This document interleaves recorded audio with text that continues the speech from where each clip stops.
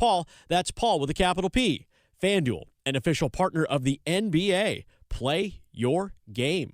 21 plus and present in North Carolina. Gambling problem? Call 877-718-5543 or visit morethanagame.nc.gov. HIV is not a crime, or it shouldn't be. It's time for the laws to catch up to science. Join the Elizabeth Taylor AIDS Foundation to modernize outdated HIV criminalization laws. Go to etaf.org.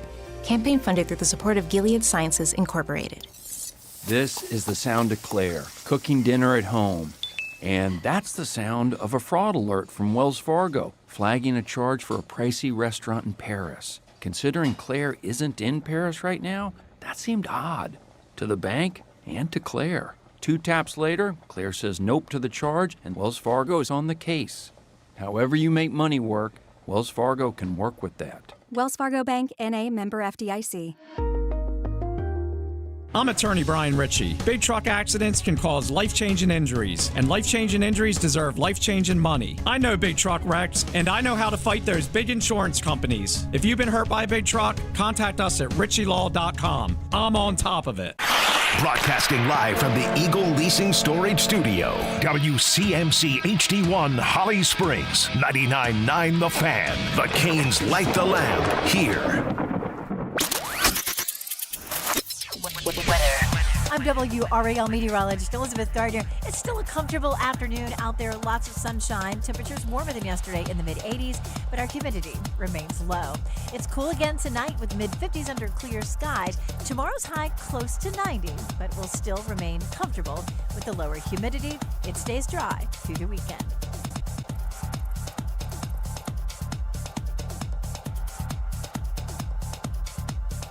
Three o'clock check of your money. Dow Jones down 444 points to 50,863.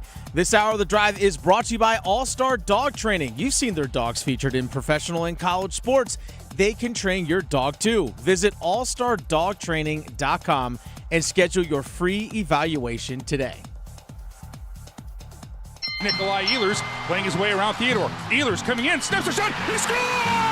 Carolina right off the bat! Are going to send Ehlers. Ehlers on a partial break. Ehlers straight shoots, he scores!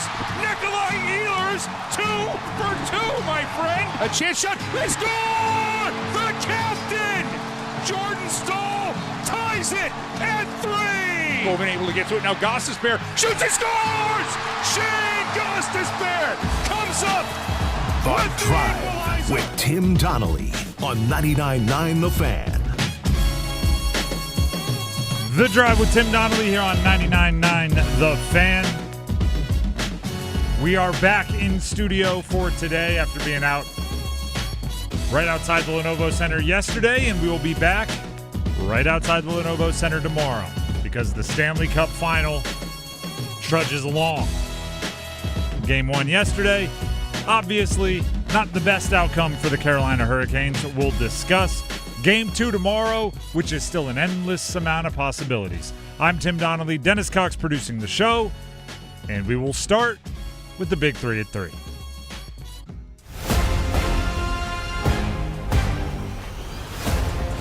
Number 1. By the way, the Big 3 at 3 is presented by Maynor Service Company. Check them out online, MaynorServices.com, MAYNOR Services.com. Heating, cooling, plumbing, and electric. Here's the deal, everybody. Number 1 is... Actually, when did we start? Was it the Celtics with the Big 3, or was it the Heat with the Big 3? Where you just take the 3 best players on any team in any sport, and now they're the Big 3.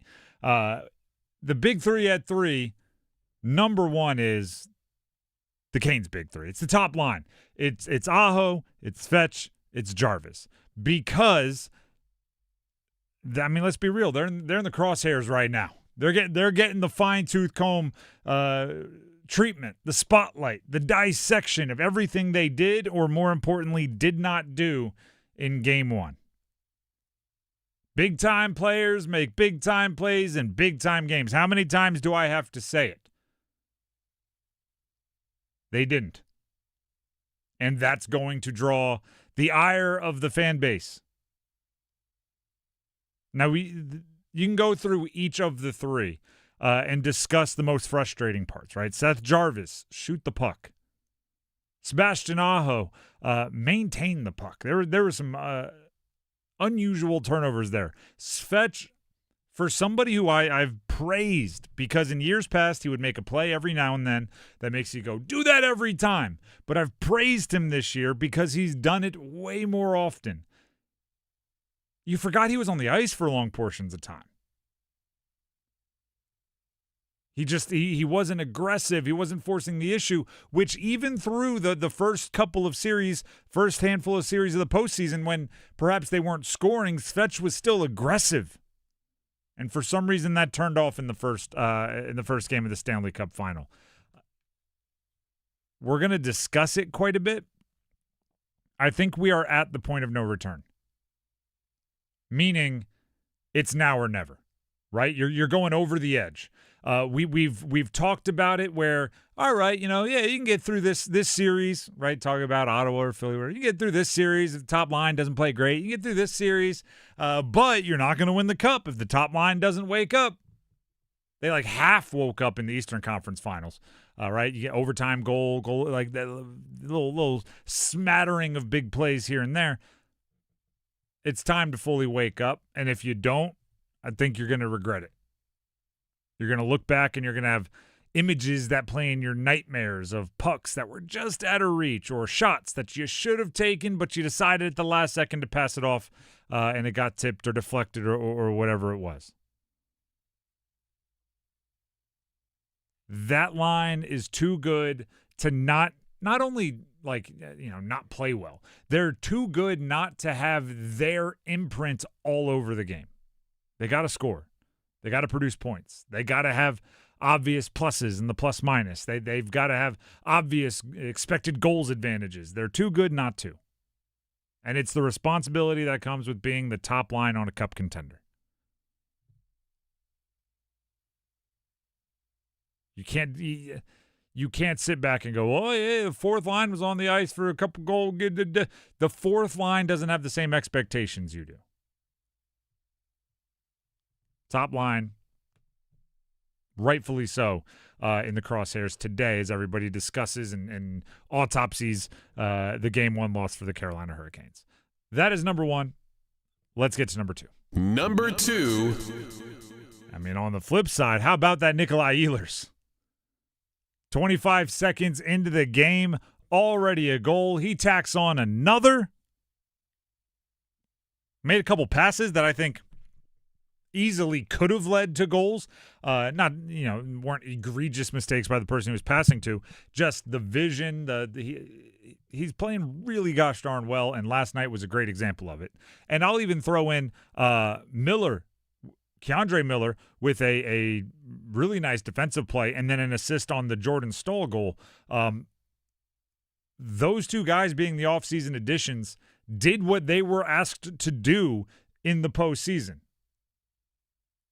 Right, that last night, Ehlers, those two goals, getting that lead, establishing the goal-scoring pop that many say has been missing in that game in years past for the Carolina Hurricanes. Those guys, and more specifically Ehlers, did exactly what they were brought in to do.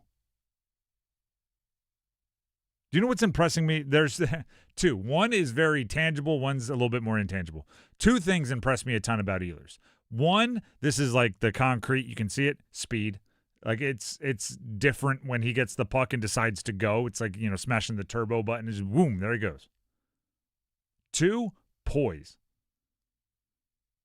Because you can go right to that first goal, right? And it's the Stanley Cup Final, okay? I want to emphasize that. It's at home. The place is rocking, and you find yourself zooming up the ice with a chance to score a goal in the first 30 seconds. You barely had a chance to get the jitters down, right? You barely had a chance to get hit one time.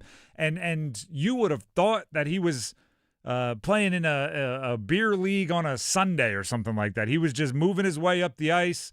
I know what that's like. Looking around. Yeah, I think this is how I'm going to score. Let me put it on the money. Ha, ha, ha, guys. Do you see me score? Only it was the goal that opened the scoring in the Stanley Cup Final. You can't teach a lot of that. I mean, it's a cliche, you can't teach speed.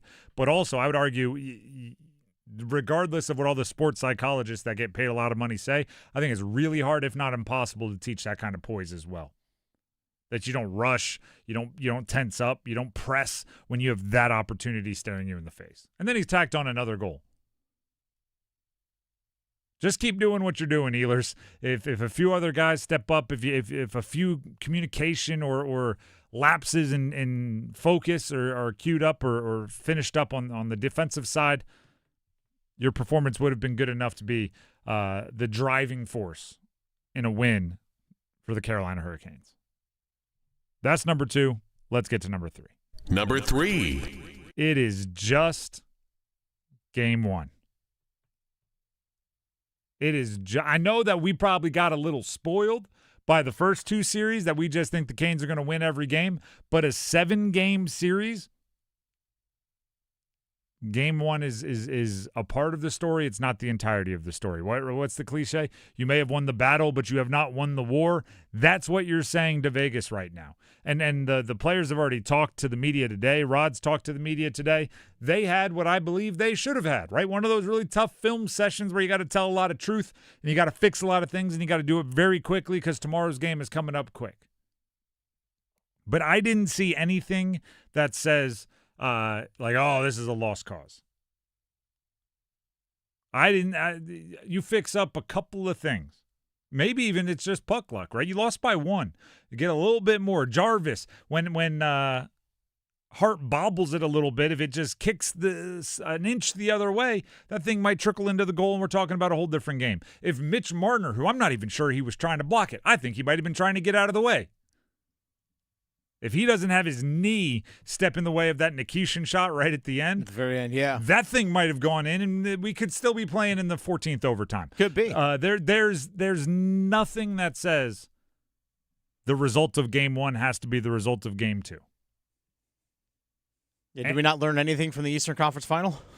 And even like, where they got their butts handed to them. That is definitely part of the story, and. Right, it's a very recent, very obvious example for how game 1 can be a completely separate entity, a completely separate organism from what the rest of the series is. But even if you accurately point out all the ways that the loss to Vegas and the loss to Montreal were different, or you can point out accurately all the ways that Vegas is a different or perhaps better challenge than Montreal was, even with all of that, it's still just one game.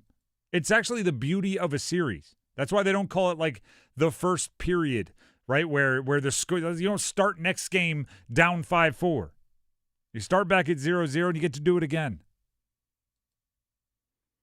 The Canes have not lost back-to-back games since January 12th and 13th. It is June 3rd. Their resiliency is something that you need to have in the postseason. They haven't really been tested outside of that one Montreal moment, but your resiliency game to game, your ability to adjust game to game is as important as anything in a postseason run. That's what's going to be tested now. Now, you come out in game 2, you lay an egg, then we'll have different conversations. But for right now, nobody was picking this to be a sweep. We had all the picks on our air yesterday. Right? In 7, in 6, in 5, in 7, in 6. You don't get to those numbers without losing at least one game. You got it out of the way. Vegas is good. We knew they were good. Anyone surprised that the Vegas Golden Knights have some good players? No. Even somebody who, like, their performance in the postseason, like Howden, might be a little bit of a surprise. Like, if you're still surprised that guy's scoring goals when he's got 11 in the postseason, that's on you. Vegas is good, but you know what? I think Carolina's pretty darn good, too. It was a 1-goal game. 1. Now, I know that doesn't, I don't want to get into, like, moral victories of any kind, but it was not an absolute shellacking. And actually, the Canes already showed some resiliency coming back from a goal down twice. By the way, Tim in our YouTube live chat said the loss is actually your fault. Mine? Yeah, because you didn't have your cool red watch last night. What am I wearing right now, though? Well, what good is that doing right now? Do you know what actually happened? My wife said she wore it because she found it on the kitchen table, and she knew that it needed to be worn, so she put it on her wrist. I'll promise you I'll wear it tomorrow. Okay. We'll test that theory. Again, I'm not superstitious, but I respect your superstition. So, Tim in the chat, this Tim here on the air, I will make sure I wear my red G-Shock tomorrow to see if I hold the power to see if Taylor Hall has been at this for a decade and a half and went through all of juniors and all of the scrutiny and all of the injuries. The thing he's been missing all along is me wearing my watch. We'll test the theory. See if he can get a Stanley Cup final win. The Drive with Tim Donnelly, 99.9 The Fan. We will turn our attention to that Canes top line, but trying not to just be a problems guy, I'm going to try to be a solutions guy. What can they do to jumpstart that line? Stick around. You hear that? That's the sound of Pepsi Zero Sugar, the better tasting, more refreshing Zero Sugar Cola. Listen to that endless pour. If it sounds this good, just imagine how it tastes. So good. Pepsi Zero Sugar. Let your taste decide. Stop by Handy Hugo's for great deals on your favorite Pepsi products. Head to Handy Hugo's today. Credit card interest rates are now over 29%, and most people are only making the minimum payment, so they're getting nowhere. Hey, it's Dennis Cox for Loan Pronto. But here's what many homeowners don't realize. Using the equity in your home, you can easily access hundreds of thousands in cash. With Loan Pronto's Rapid Equity Loan, you can pay off your credit cards, your existing HELOC, your car loans, or get money for that home improvement project. One client just got $100,000 approved and saved over $1,500 a month. And here's the best part. With Loan Pronto, you can do it all from your phone. With zero out-of-pocket, no hard credit pull up front, no appraisal, no long drawn-out bank process, and no touching your first mortgage. Rates are at near 3-year lows. Act now. Go to loanpronto.com. See how much you can get in about 60 seconds. Loan Pronto, 2,800 5-star Google reviews. Call 919-381-1760 or visit loanpronto.com. 919-381-1760, loanpronto.com. Equal housing lender, NMLS 1661781, NMLSconsumeraccess.org. With the new MyLowe's Pro Rewards American Express card, earn 3 points per dollar spent on Lowe's qualifying purchases for the first 6 months after card account opening. Plus, save 5% every day on eligible purchases at Lowe's and earn points on eligible purchases everywhere else Amex is accepted. Card members get more at Lowe's. Subject to credit approval. 5% can't be combined with any other offer. Exclusions and restrictions apply. Points subject to loyalty terms at Lowe's.com/terms and credit reward terms at Synchrony.com/MLPRA-terms. Visit Lowe's.com/business credit. Yeah, they had one good shift in the third there. But, yeah, they got to – I mean, everyone has to play well if you're going to win at this time of year. It's as simple as that. And, your best guys got to get on the score sheet. That's going to happen if we want to, get where we want to be. The Drive with Tim Donnelly, 99.9 The Fan. That is the voice – very recognizable voice of Rod Brindamore when asked about his top line's lack of production, that being Sebastian Aho centering Andrei Svechnikov and Seth Jarvis. That comment from Rod Brindamore, I think, is telling. Because Rod, I think, respects our hockey awareness, meaning all of the outsiders and fans, to an extent.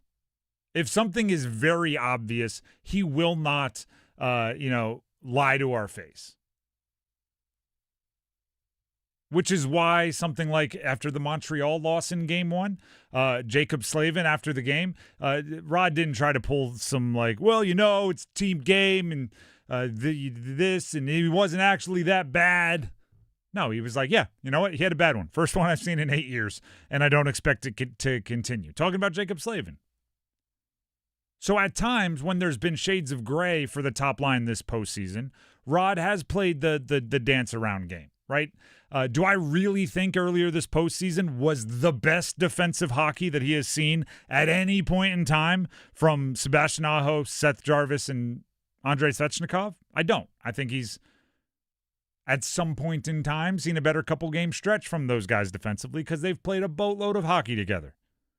But he would say those types of things to let us know that we don't know the nuance of the game like they do, and everything that top line has been doing has not been bad. They've been contributing to wins in a bunch of different ways.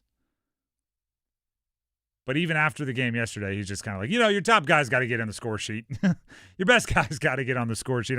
He's not going to he when it's that obvious, he's not going to try to disrespect our awareness. Like, we just watched the same game he did, right? So he's acknowledging what we all know, which is those three guys have to contribute to goal scoring. They have to. And if they would have just found one goal, that's an entirely different game yesterday. If Seth Jarvis was able to make just that one, if he took just one more shot, if Sebastian Aho created just one more look for Svetch, whatever it was, could have been a completely different game. Now we can give you stats, right? We can give you the things that everybody's going to point to. One shot on goal for Aho, one shot on goal for Svetch. 3 shots on goal for Jarvis, and I actually think he was the most reluctant to shoot of the 3. Yeah, at times, yeah. Svetch didn't have a shot attempt the first 2 periods.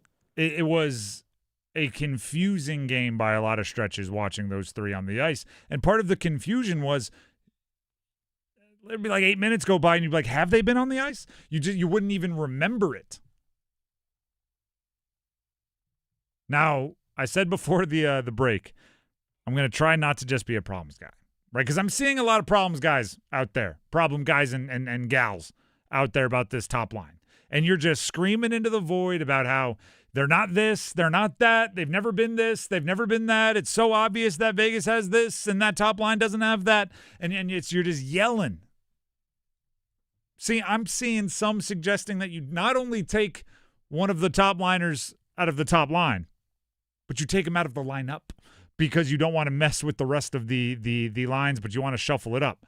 Listen, unless there's an injury that is significantly holding back their ability, which who knows if they're healthy, right? They could be dealing with something and playing through it. But unless there's an injury, you're not taking one of those 3 guys out of the lineup, okay? And yelling or screaming about it and talking about whoever, it's just wasted breath.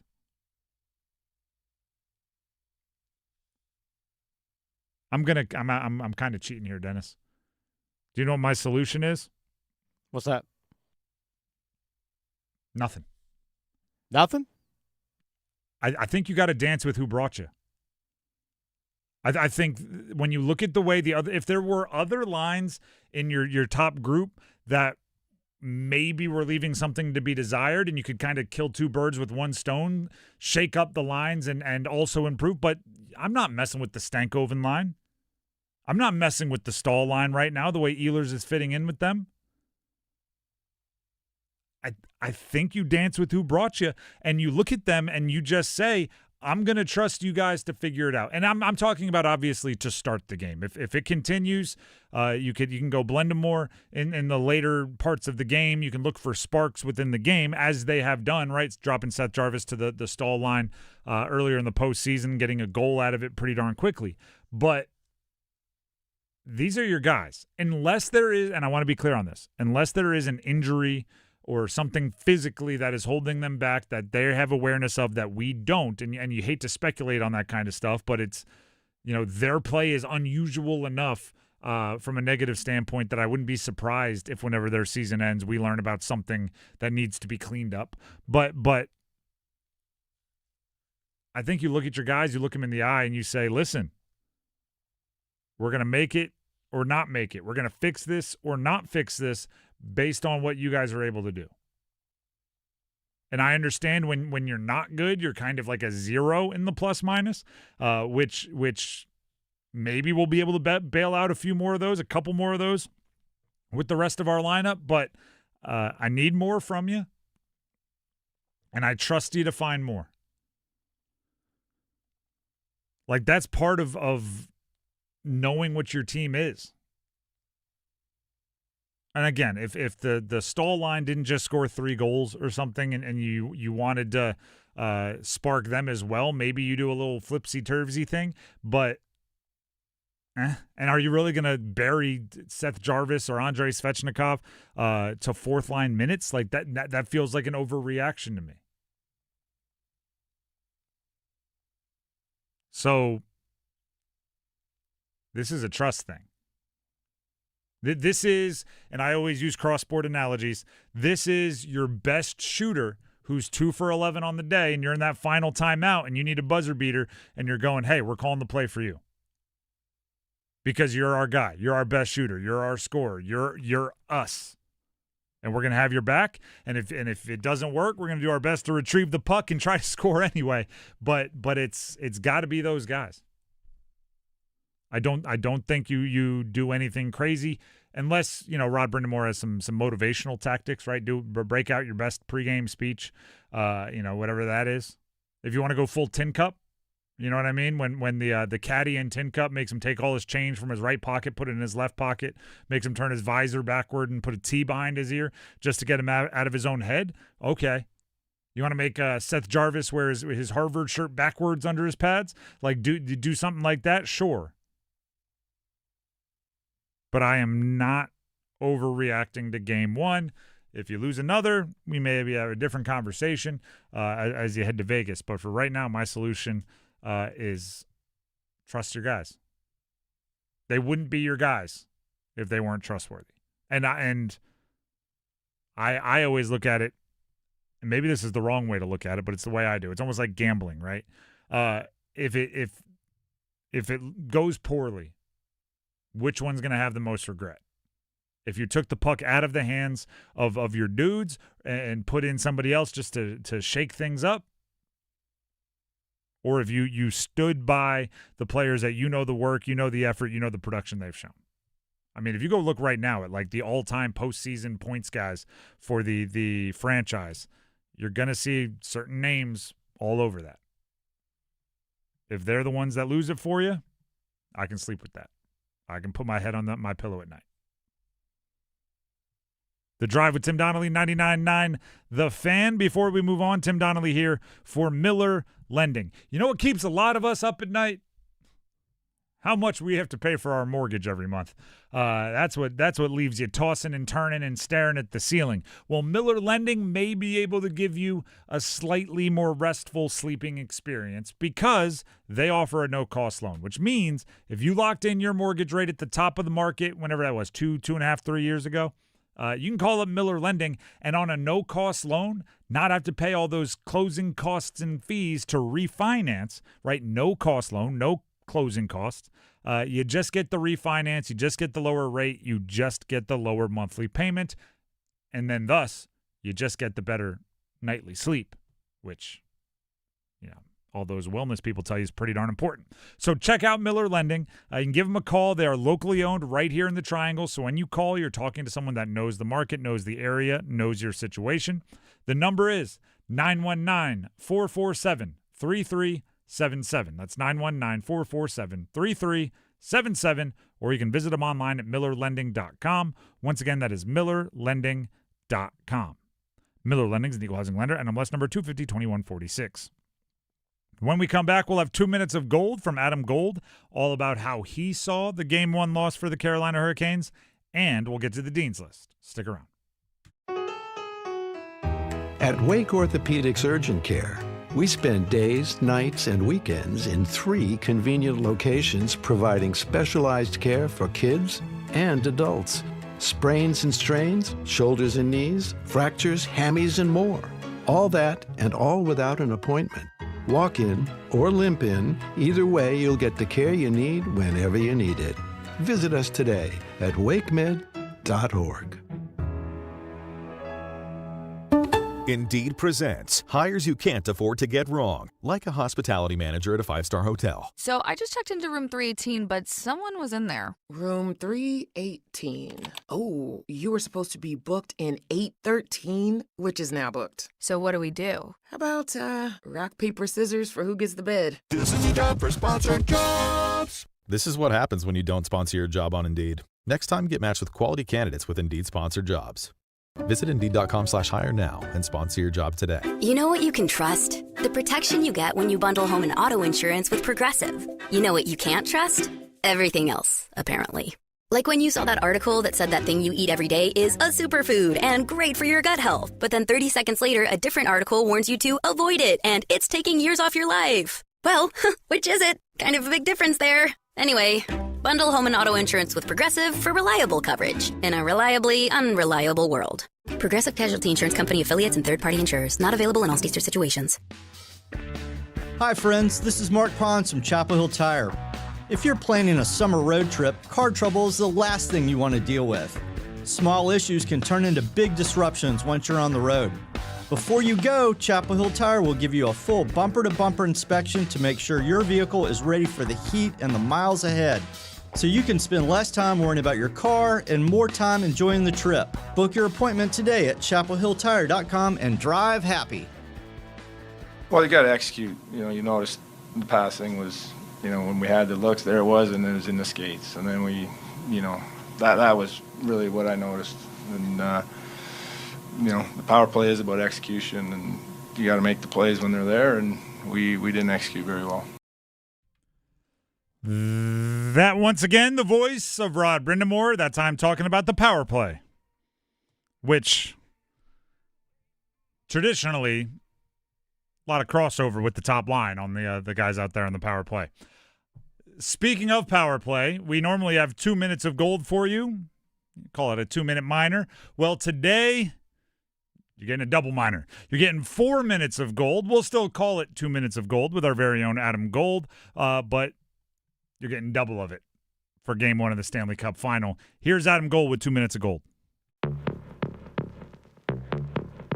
Hey, it's Adam Gold. I've got 2 minutes for a 2-goal lead that went away all too quickly as Carolina dropped Game 1, 5-4 to the Vegas Golden Knights. Game 1 of the Stanley Cup Final goes the way of the visitors, and it's all brought to us by Parkway Sleep. They'll help you get good rest faster and with the care you deserve. Carolina off to a great start. 25 seconds is all it took. Chatfield takes the loose puck, knocked away, and here's Nikolai Ehlers playing his way around Theodore. Ehlers coming in, snaps a shot, he scores! Carolina, right off the bat, it's 1-0, 25 seconds into Game 1. Nikolai Ehlers gets the Canes on the board. Eichel, he'll throw it away, and the Canes are going to send Ehlers on a partial break. Ehlers strikes, shoots, he scores! Nikolai Ehlers, 2 for 2, my friend, as the Carolina Hurricanes are flying out to a 2-0 lead in Game 1. Ehlers with a brace in just over 12 minutes, and that was great until it wasn't. Now Vegas trying to go to work here. Theodore tees one up, they'll score! Good net front presence from the Vegas Golden Knights. And it was their fourth line of Dowd, Smith, and Kolasar was out in front, but this is going to be Shea Theodore's goal as it ricochets past Frederik Andersen. The Theodore goal that made it 2-1 was the only good thing Vegas did in the period. Carolina dominated, but they only led 2-1. And that left the door open. Vegas would score twice in the first 4.5 minutes of the second. Carolina making mistakes. Jacob Slavin giving the puck away. Sebastian Aho losing coverage in front to William Karlsson. As Vegas took a 3-2 lead, Jordan Staal would tie it with a great goal off a Noah Hannafin turnover. Vegas would take the lead early in the third period, and then Shane Gostisbehere would even it up at 4-4. We were going down the stretch, and the top line had a chance to put it away. Now a chance here. Drop back. Oh, Carter Hart just robbed Seth Jarvis. His best save of the game, bar none. That was absolutely labeled. Started with power forward beast mode. Svechnikov along the boards on the bench side. Aho steps in after Andre gets it to Sebastian on the goal line. Chemistry, no look backhand pass from Aho to Seth Jarvis. Great shot. I mean, he almost just overpowered Carter Hart's glove. Seth Jarvis, you're not going to have a better chance than that to be a hero in Game 1 of the Stanley Cup Final. Unfortunately, less than a minute later, Shane Gostisbehere lost coverage of Tomas Hertl. Sissons back on front for Hertl. He scores! Tomas Hertl labels that into the upper corner. And Vegas has gotten the lead back with 3:24 left in the third. It's 5-4 Golden Knights. 5-4, less than 4 minutes to go. We forward all the way to the final face-off, and Carolina with a chance. 5.6 seconds. They win it. Stankoven. Nikishin one-timer. Hart gets a piece. Knocks it over the board. Spinning shot by Hall. That's blocked. And the Golden Knights will take game number 1 of this Stanley Cup final by a 5-4 score here at Lenovo Center. Alexander Nikishin's blast was actually blocked by Mitch Marner, probably inadvertently. I think it was going in if Marner doesn't get a leg to it. Again, I think he was trying to avoid it. And Carolina couldn't avoid a 5-4 self-inflicted wound loss in Game 1. Got to come back and play better in Game 2. Be cleaner. Parkway Sleep Health Center. Sound sleep, sound health, sound off for a turnover-free game, for crying out loud. Thank you once again to Adam Gold for 2 minutes, really 4 minutes, of gold about the Stanley Cup final. Game 1 loss for the Carolina Hurricanes. I keep emphasizing Game 1 because I want everybody to know it's just Game 1. Game 2 is tomorrow, by the way. You can hear it right here on 99.9 The Fan. And all day tomorrow, just like we were yesterday for our show, we will be outside of the Lenovo Center, bringing the energy, bringing the juice. That is 2 minutes of gold. It is now time for the Dean's List.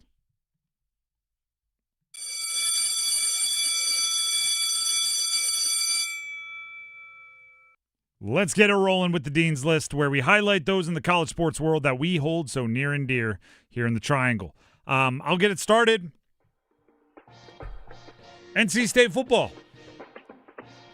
They are not going to Brazil.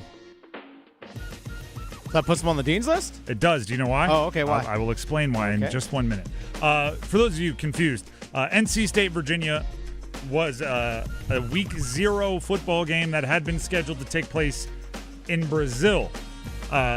News broke earlier today that they will not be going to Brazil. That game is instead going to be played in the Rio de Janeiro of Central Virginia, Charlottesville, Virginia. The reason why they are on the Dean's List is because in the agreement to play the game in Rio, NC State was guaranteed $2 million for playing in Rio.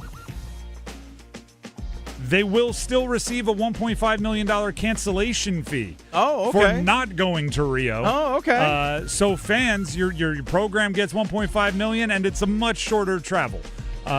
So more likely, more NC State fans, at least the non-super rich or super travel-worthy, exciting go vacation people, will get to watch their team play, and you get most of the money you were going to Rio to get anyway. Yeah, it's only about a 3.5-4 hour drive, depending on which route you take and if you stop along the way from Raleigh to Charlottesville. That's not bad. It's not bad at all. That's not bad at all. I've been to a game in Charlottesville. I went to many games growing up in Charlottesville. Make sure you wear like your pastel Easter-colored khaki pants with the little logos and like the pad. You know what I'm talking about? Oh, I know exactly what you're talking about. Like the polo logo stitched into your pants all the way down, and they sing Old Lang Syne a lot. That's their theme song their fight song is to the tune of Auld Lang Syne. Yeah. I was there as a Virginia Tech. My cousin was playing for Virginia Tech at the time, so I was just hating on all of it. That's fine. I grew up going to those games as a kid because I grew up in that area, and trust me, I hated it too. A lot of sweaters draped over the shoulders. There's a lot of blazers and navy and orange striped bow ties that are worn to these football games, like with khaki pants and loafers. A little different than Brazil. It is a bummer that they're not going to Brazil. I'd say mostly for the players. They don't get that experience. But the players and their families, because get to go experience something a little different. Yep. So the one thing I'm curious about with this game no longer being played in Brazil, because the TV window was already set 3:30 Eastern time with ESPN. They're supposed to come in right after North Carolina and TCU. I'm wondering, does the date stay the same? Does the TV window stay the same? Because obviously ESPN has a say in some of these things. I believe there was some speculation, so don't quote like this isn't hard and fast reporting. I believe it's the same window. Okay. Which is important because it's good. It's kind of a onesie, right? There's not a lot of other stuff going on, so it should help your TV ratings to be playing at that specific time. Yeah, especially because you're the only game on TV at that moment. Exactly. More Dean's List. Speaking of NC State, former tennis player Diana Schneider. In the French Open, she upset number 1 in the world ranked Arina Sabalenka. Oh, nice. eliminated the world number one from a major. Yeah, the French Open. From a Grand Slam event. So shout out to Diana Schneider, NC State alum. Do you have any Dean's Listers you would like to throw out here? I do. We actually have dates and times for the upcoming bowl season for college football. We already have that announced. Like, for example, the Duke's Mayo Bowl, which is right here in Charlotte, Duke's Mayo Bowl, played on Saturday, December 26th, for the day after Christmas, 3:30 kickoff there in Charlotte. I'm actually a big fan of Christmas Day and day after Christmas bowls. When I grew up in Hawaii, the Hawaii Bowl was always Christmas evening, or maybe even a Christmas Eve thing for a while. But I remember them on Christmas Day, especially if you've got kids, right? You wake up, you open all the presents, you get all the craziness, and then right as your endorphins are dropping, right as the dopamine of opening all the presents falls, you're like, all right, let's go tailgate, and you just keep it rolling, and you go out to a game. We used to go every year. Fun fact, back-to-back years, bench clearing brawls ended the game. Oh, nice. Yeah, to the point where Chris, I forget his name, Chris Bell maybe, a linebacker for Hawaii was running out of a scrum with a Cincinnati player's helmet, like it was like a pelt or something, like it was a scalp in an old Western movie, and it was on Christmas Day. Aloha spirit, Christmas spirit.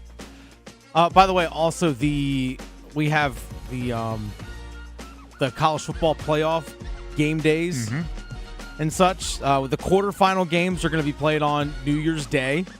So we have quarterfinal games on New Year's Day, which is makes perfect sense. Oh yeah. Yes, the Rose Bowl, we have the Chick-fil-A Peach Bowl, the Cotton Bowl. All those are going to be part of the quarterfinal. The semifinals aren't until January 14th, 2 weeks later. Stupid. And then the national championship game isn't until Monday, January 25th. Also stupid.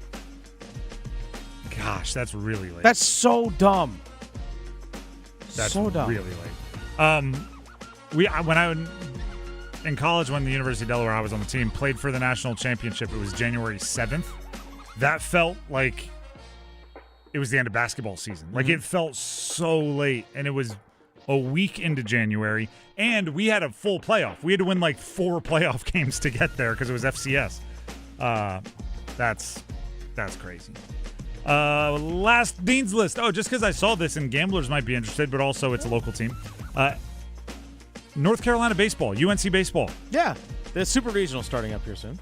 Betting favorite to win the whole darn thing. Oh, really? Plus 370 to win the College World Series. Texas next, plus 400. Georgia, plus 475. All the way down to St. John's, plus 30 grand. But the shortest odds to win the entire thing, the national championship, are the Tar Heels. So, no pressure. Get it done.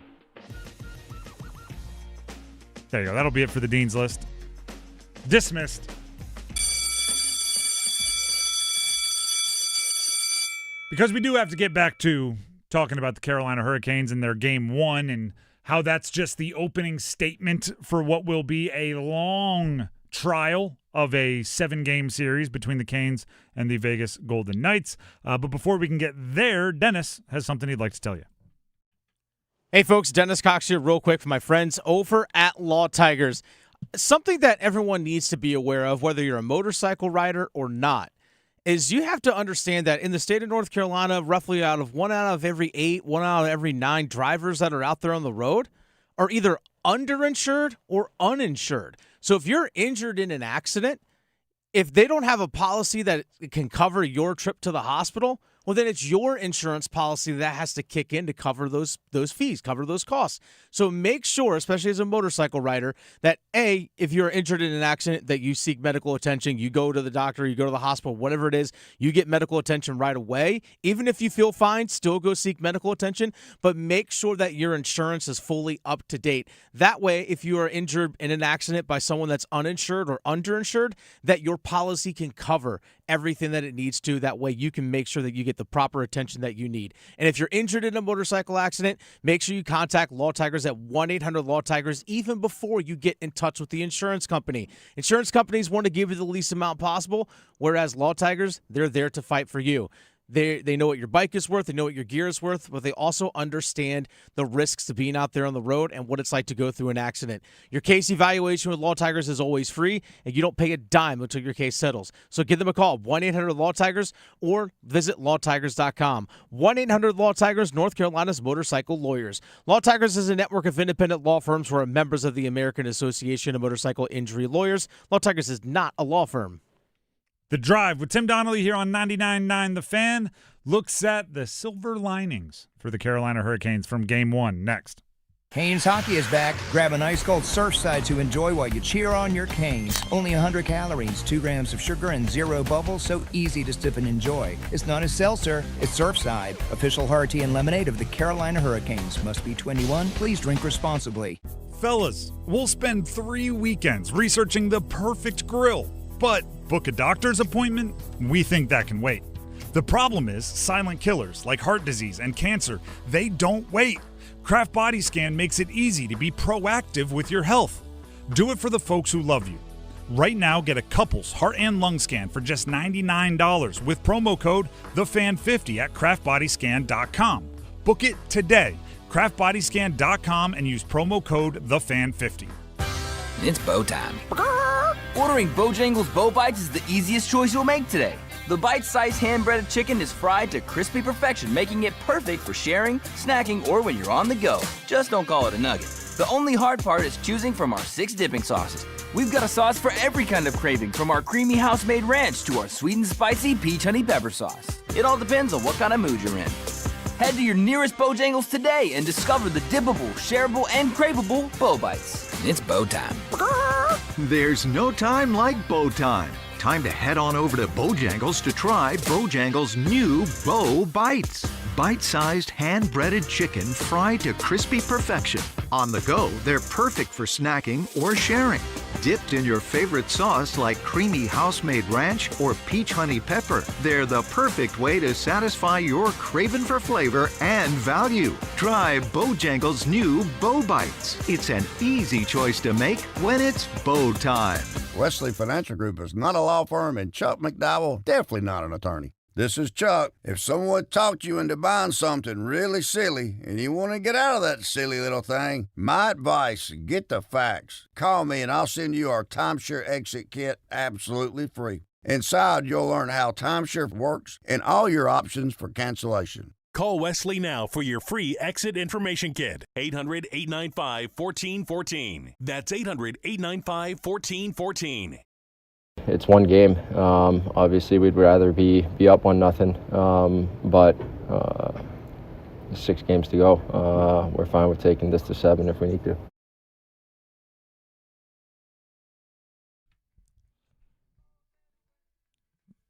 The Drive with Tim Donnelly here on 99.9 The Fan.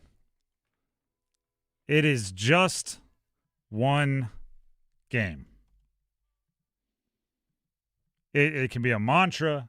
It can also just be a fact. Carolina Hurricanes lost last night. And I mean, don't let me front here. Don't let me act like I'm the most calm person on the planet. Watching that, the way it ended and getting our hopes up so many times because they have the 2-0 lead, then they have the stall goal to tie it up, then they have the ghost goal to tie it up, and you think every single time that happens, like, here it is. This is where they do the thing. This is where they steal victory. Here it is. And to have Vegas land the last punch and make one more play, yeah, not great. Bummed, okay? The emotion of it is there. But hopefully you have the wherewithal to take that emotion, to take that disappointment, and understand that it's a long series. And understand that if there's anything we know about Canes culture, or if there's anything we know about the players in that locker room, they're not giving up. They're not going home. They're not going, well, we gave it a good try, but we lost game 1. Now, is there some historical trend that the Canes are now going to have to fight back against? Yeah, right? And we talked about it yesterday on the show. 76.4% of the time, historically, in the Stanley Cup final, the team that wins game 1 wins the series. 76.4% of the time. But just to show you that historical trends don't always equal them continuing. There had been 55 examples in Stanley Cup final history of a home team going up multiple goals in game one. 55 prior to last night. The home team that worked their way to that 2-goal lead had won every time. They were 55 and 55. Now, is it great to hear what I'm telling you, that the Canes were the first team to go up 2 goals at home in game one of the Stanley Cup final and lose? That's not great to hear, but it is a pretty darn good example of, regardless of what the historical trends are, anything can happen moving forward. That was 100% of the time. The team that wins game one goes on to win the entire series 76.4% of the time. So, yeah, I'm telling you there's a chance. And then also we can add some context clues. Dennis, you brought it up earlier. They got smoked in game one of the Eastern Conference Final, too, at home. And we were watching that one, too, and we were bummed and we were emotional and we were disappointed. And there was finger pointing and there was this guy's fault and that guy's fault. And Jacob Slavin got lost and Svetch was not good one-on-one defense and all of this. And there was even all the talk about Freddie. And then all the people going back saying, if you watch that game and you think it's Freddie's fault, you don't know what you're looking at. Well, guess what deja vu I'm having? There's people yelling at Freddie, and there's people going, well, if you think that loss is on Freddie, you don't know what you're looking at. And I'm going, we've been here before. So, yeah, the Canes have been here before. And then, lastly, I want to use some logic here. I'm going to try to, at least. Always do my best. It's one thing, and I said this yesterday on the show. It's one thing if you lose game one and you're watching the game going, oh, this isn't good. That team way more talented than that team. That's going to be an issue.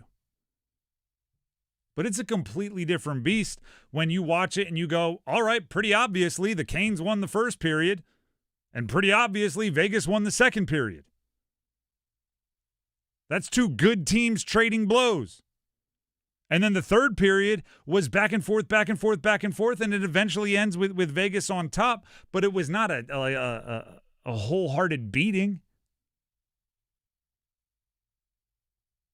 So let's pretend they continue rotating periods, and then let's rotating back and forth. You land a punch, I land a punch, you land a punch. There's going to be games that end with the Canes on top if they continue doing that.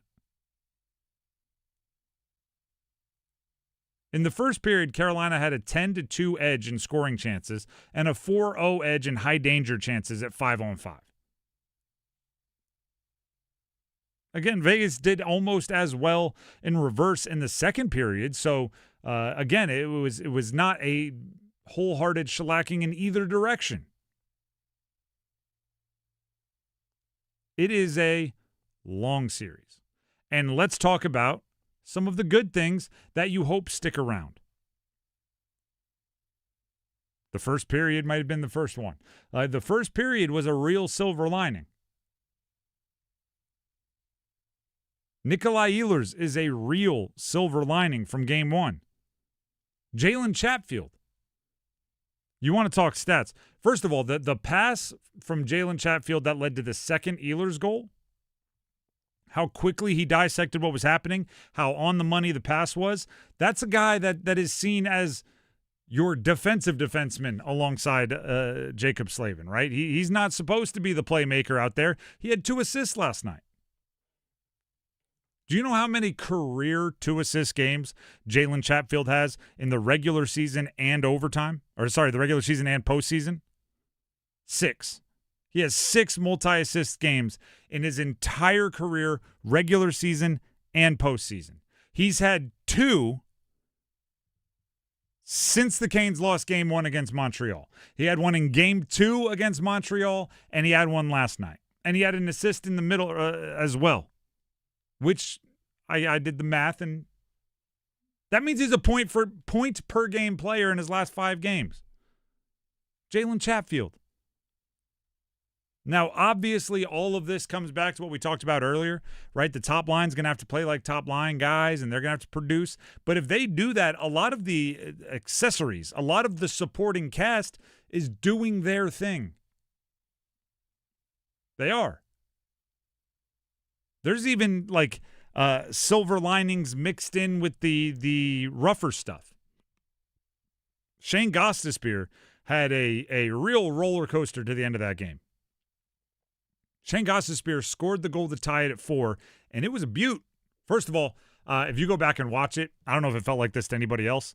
Once the pile of limbs and body parts that Stankoven was a part of pushed the puck into the opening to the out near in front of Gostisbehere, it felt like the puck was moving in slow motion, and it took Shane Gostisbehere 4.5 minutes to get up to the puck. I was go, get there, shoot it.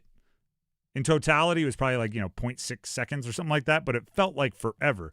But then he put together a beautiful release, goal scored, go celebrate. You need that from Gostisbehere, right? He and Nikishin are your offensive-minded blue liners. Those are your guys you're going to need point production from. Did he also kind of get lost on the give and go that led to the eventual game-winning goal for Vegas? Yes. But there are things you want to grab onto that the Canes did last night that are good, and you want to bring them with you. How about this? They went down twice and came back to tie it up. That's good resiliency. They were down 3-2, stall goal, right? The captain is there. By the way, Keandre Miller, one of the new guys, set up the stall goal beautifully. Go down 4-3, the Gostisbehere goal. It wasn't all bad. Sometimes I almost wish this would be an experiment if I had a bunch of money and I could run like science experiments for the show. If I could get like a staff and do focus groups and things, this is what I would do. I would take a group of Canes fans and I would pay them to watch the game without a scoreboard.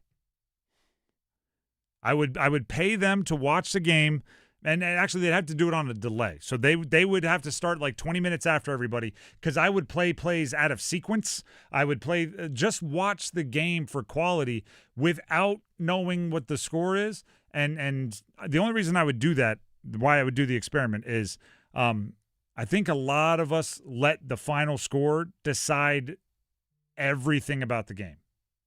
You lose 5-4, you go back, and not a single player in your memory had a good game. Outside of maybe Ehlers, because it's hard to argue against 2 goals. But just everything was bad. This guy was bad. That guy was bad. When in actuality, you lose a game 5-4 to a good team in a big pressure moment like that, 44% might have been good. 56% was bad, and that's all it took to lose the game. But it wasn't all bad. The score, right, it's win or loss. It's go, no go. It's pass, fail. This final score is not good, but there is a lot of context within that. A lot of it. The Drive with Tim Donnelly, 99.9 The Fan. We'll take a break. When we come back, we have our football at 4, and just so you know, the Cup check-in today is with Tom Dundon, the owner of the Carolina Hurricanes. All that in the next hour. Stick around.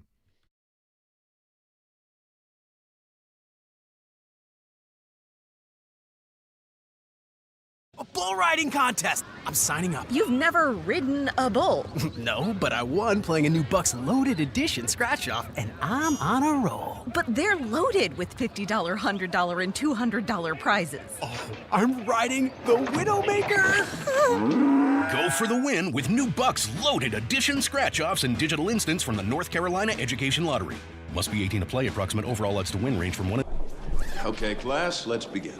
Psst, love your boots. I just sold a pair like that on eBay. Oh, really? Yeah, it took like 2 seconds to list, and they sold almost immediately. I've been selling everything lately. Some chunky boots, a faux fur coat I never wore, and a vintage chair that was more of an expensive clothing rack.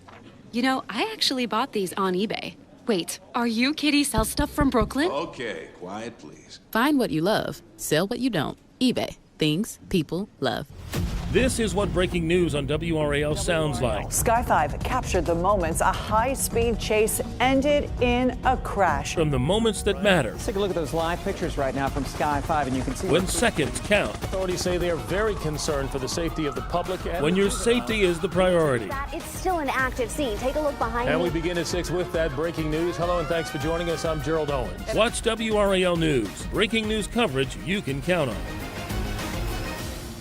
I'm attorney Brian Ritchie. Workers' comp can be tricky, but my law firm will be on top of all the complicated paperwork and sneaky deadlines so that all of your I's are dotted and T's are crossed. If you've been hurt on the job, I'm on top of it. Contact us at ritchielaw.com. Broadcasting live from the Eagle Leasing Storage Studio. WCMC HD1 Holly Springs. 99.9 The Fan. The Canes light the lamp here. I'm WRAL meteorologist Elizabeth Gardner. Yes, it's a bit warmer this afternoon than it was yesterday, with highs in the mid-80s, but the humidity remains low, so it's more comfortable with that low humidity, of course. Mid-50s tonight, so still nice and cool with clear skies, and a nice day tomorrow with highs in the upper 80s to near 90, as the humidity still remains low. This hour of the drive is brought to you by All-Star Dog Training. You've seen their dogs featured in college and professional sports. They can train your dog too. Visit allstardogtraining.com and schedule your free evaluation today. 4 o'clock check of your money. Dow Jones at the closing bell down 617 points, closing at 50,690.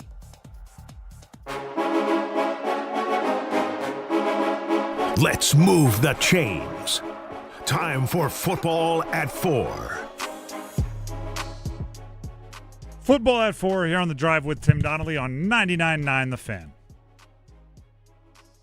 By the way, I do want to remind everybody, I said it before the break, Tom Dundon is the Cup check-in today. So Adam Gold will be checking in with Tom Dundon, the owner of the Carolina Hurricanes, after Game 1 of the Stanley Cup Final. He already did, but we'll be airing it for you coming up in the not-too-distant future, so stick around for that.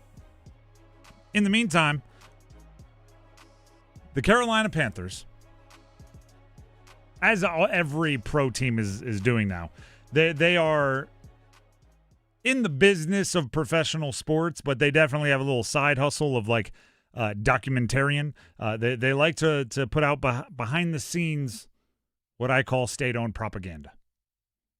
Right? This is the only people with the cameras inside the draft room are the Carolina Panthers. So when the Carolina Panthers then use that tape to put out behind the scenes of the draft, you know what they're never, ever, ever going to let us see? When the guy is drafted 2 picks before them and they go, no, darn, that's who we wanted. If they have ever done that, we will never know because they will never tell. They burn that. They will drag that over to the delete. So take everything with a hint of awareness that they are the controllers of the story.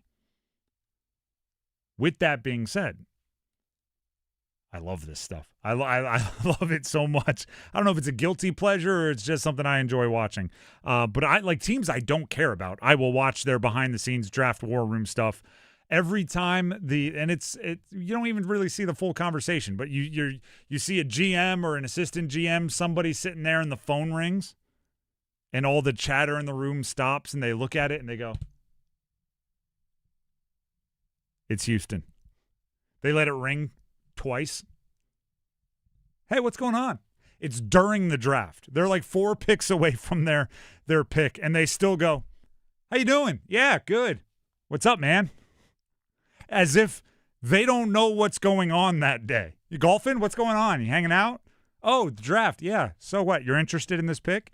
It's hilarious to me. I love it. I watch it all. So the Panthers have been putting out what they call Blueprint, the Blueprint, right? It's their behind-the-scenes documentary style, Hard Knocks style, but owned by the team, YouTube. And yesterday they revealed their draft version. The one thing I will, and I believe them because I don't know how you would fake all of this through all of their behind-the-scenes stuff, the NFL draft has become significantly more, I would say, Moneyball. Significantly more numbers, analytics, prep-based than it used to be. They really do, and they build entire programs for it. They build entire apps for it so they can run through absolutely every scenario and then decide if it would be a yes or a no based on those scenarios. And then once draft comes, it's almost like I'm thinking it's almost like a have you ever had I don't know why this analogy popped into my brain. Dennis, you're a motorcycle guy. I don't know if it's the same way for motorcycles. Okay. Have you ever had to go buy like a new headlight? Not for my motorcycle, no. Okay. But I know what you're talking about. Where you go to like the auto body shop and they have the phone. It looks like a phone book, like an old school phone book, and you have a little code like, my car is a L9747P. Like this year, this model, and all you that stuff. Flip all the way through it, and they go, you need an A11 light bulb, and then you're looking for an A11. That's almost how you execute an NFL draft now. In every single scenario, every trade offer, you almost don't have to decide in the moment because you already did, right? So people are talking about trading picks, and all you see in this behind-the-scenes documentary is Brant Tillis, who is Dan Morgan, the GM's right-hand man. Brant Tillis is just, you hear him talking, he's just going like, so this is 5-103 for 3-104, whatever, like, because he's just saying the picks, right? The round and then the pick overall. For, this pick and that pick. And you hear the other GM and, well, no, not going to do that. Or, yeah, I told him we would. And it's all just calculations. Even as the first round is happening. Remember, the Carolina Panthers had the 19th pick. There's the Sumer Sports guy. I forget his name. Eric something, who's their like math whiz. He's just sitting one row behind them in the team room, leaning forward and going like 27% chance one of these three guys are there at 19. But ding, somebody else makes a pick. 21.2% chance that one of these three guys are there at 19. And it's just happening throughout the deal. So, you almost like Dan Morgan looks like the most calm individual on the planet. He's got David Tepper standing next to him. They're just sitting there talking. He's scribbling stuff on a piece of paper, just explaining to him. David Tepper is the owner's going like, so if Freeling is there, you would take Freeling? And he's like, oh, yeah, of course. Meanwhile, they're like almost on the clock. And it's because all of that effort is done ahead of time. The war rooms, the draft rooms used to be like, when I say used to, I mean, you're going back decades, but they used to be like true cowboy. GM is out there wheeling and dealing from the hip. And it's not that at all. The work is done by draft day, and the Panthers appeared to have an unbelievably detailed and unbelievably well-prepared plan, and then they just executed it. Brant Tillis, from the piece of media that I'm discussing, was asked how they were expecting the board to fall, and this is what Tillis had to say. We thought that the best top-level talent in this draft was at the tackle position. Just based on the simulations that we did, pick 6 was the one that seemed to really matter the most. Once we got past that point, we would know with pretty good certainty whether one of these other tackles would be available to us at 19. We have to wait till Cleveland makes a selection before we can cast any dispersions. This is actually kind of working out pretty well, because no tackles have been taken yet. Their expectation, you know what's actually I think is the next step for draft prep? This is where it goes from, like in the day, it was all people. It was all interpersonal. Now I think it's becoming very data, perhaps AI. Like it's becoming very that. Do you know how I think it goes back to people? Do you know what the next step is? Spy work. The next step is Pure espionage. I like this. Yeah, double secret agents. You're trying to get your buddy from another team on the golf course. You're trying to get them talking. You're mixing in a couple of maybe soda pops at the turn, and then you're betting intel. Like you need to get more to plug into your equations to make your predictors ahead of time more accurate, thus making you more prepared. Got you a new set of clubs, and they open up one of the zippers, and all of a sudden there's like 10 grand in there. Yeah, and so if you could just give us a top 10 for who you're looking at, that would really help us, right? You don't got to tell us who you're drafting. Just give us a few names. Even like you saw that in the blueprint if you watched it.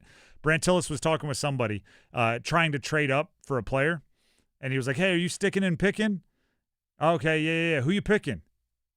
Oh, come on, man. Oh, yeah, it was Detroit. Come on. Fine, text me. No, text me. And he hung up. It was like they're all just – that's the next deal. But then there's the other thing, okay? This is the oxymoron of it all, the hypocrite of it all. They do all of this work to try to predict how the draft will go, right? And they don't use – like they have mock draft software. They have their own app that they build so Dan Morgan can – what if I draft this guy? Who will be available here? And it's all done, similar to what people do online, only they say their app is better, right? Because there are mock drafters you can go play with online. But they're in an effort to make their draft seem awesome, like everyone they got was such the right player, they're kind of saying their prediction software stinks. Because they spend the first part just talking about, and they've done this on previous blueprints, talking about how awesome all of their internal work is, right? And how much effort goes into predicting how the draft's going to go. And then, without fail, this happened last year with Nick Scorin and Prince Uman-Mielen. It happened this year with their second-round pick, Hunter, the defensive tackle, and Brazel, their wide receiver in the third. Both, we never – in the millions of simulations we did, we almost never got these guys at those picks. It's incredible. We are so lucky. And I'm going like, well, that just means your prediction software stinks. Because obviously it was within the realm of possibility. It's exactly what happened. And you didn't see it that way. And then they say things like this. Here's Brant Tillis talking about the reaction from around the league after they drafted Chris Brazel in the third. After we made the pick, it was just a flurry of texts from the teams that we were potentially trading with saying, you drafted the guy who we wanted. That's always a good feeling when you draft a player that he was wanted by a lot of other teams. Again, they were all trying to trade with your pick. They were fielding calls for that pick because they wanted Chris Brazel. Seems like everybody was kind of assuming he'd go in that range.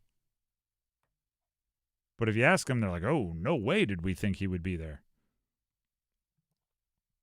Listen, I think it was a good draft. I think they were exceptionally well prepared. Obviously, you don't judge a draft for anything serious till 3 years into the future at least, until you start talking about whose contracts are being picked up, who's getting second contracts, fifth-year options and things. But it is more science than art, and I think that makes it less fun. It's almost like they're auto-drafting on like fantasy drafts. You know what I mean? They're just setting their lineup and going, cool, we're good, rather than, us old school where we're wheeling and dealing and, here's what we're going to do. I got my own rankings. I wrote them on a napkin on the way over. Like, let's deal. Who wants the pick? They're much more locked in than that. The Drive with Tim Donnelly, 99.9 The Fan. Before we move on, Tim Donnelly here for Kalshi. And just so you know, you can still wheel and deal a little bit with Kalshi because you can buy in and out of your positions at any time. I'll explain.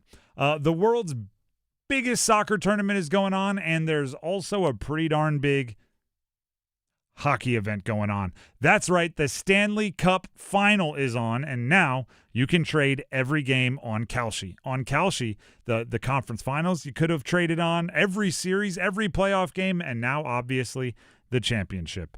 The Carolina Hurricanes are trading at 42% to win the Stanley Cup Final. We're talking the entire series.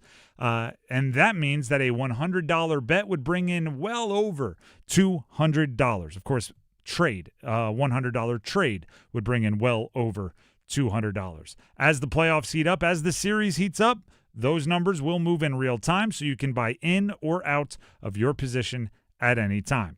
That's right, on Kalshi, you're trading against peers on a live market, meaning there's no house. And that allows it so as the probability changes, you can buy in and out of those positions.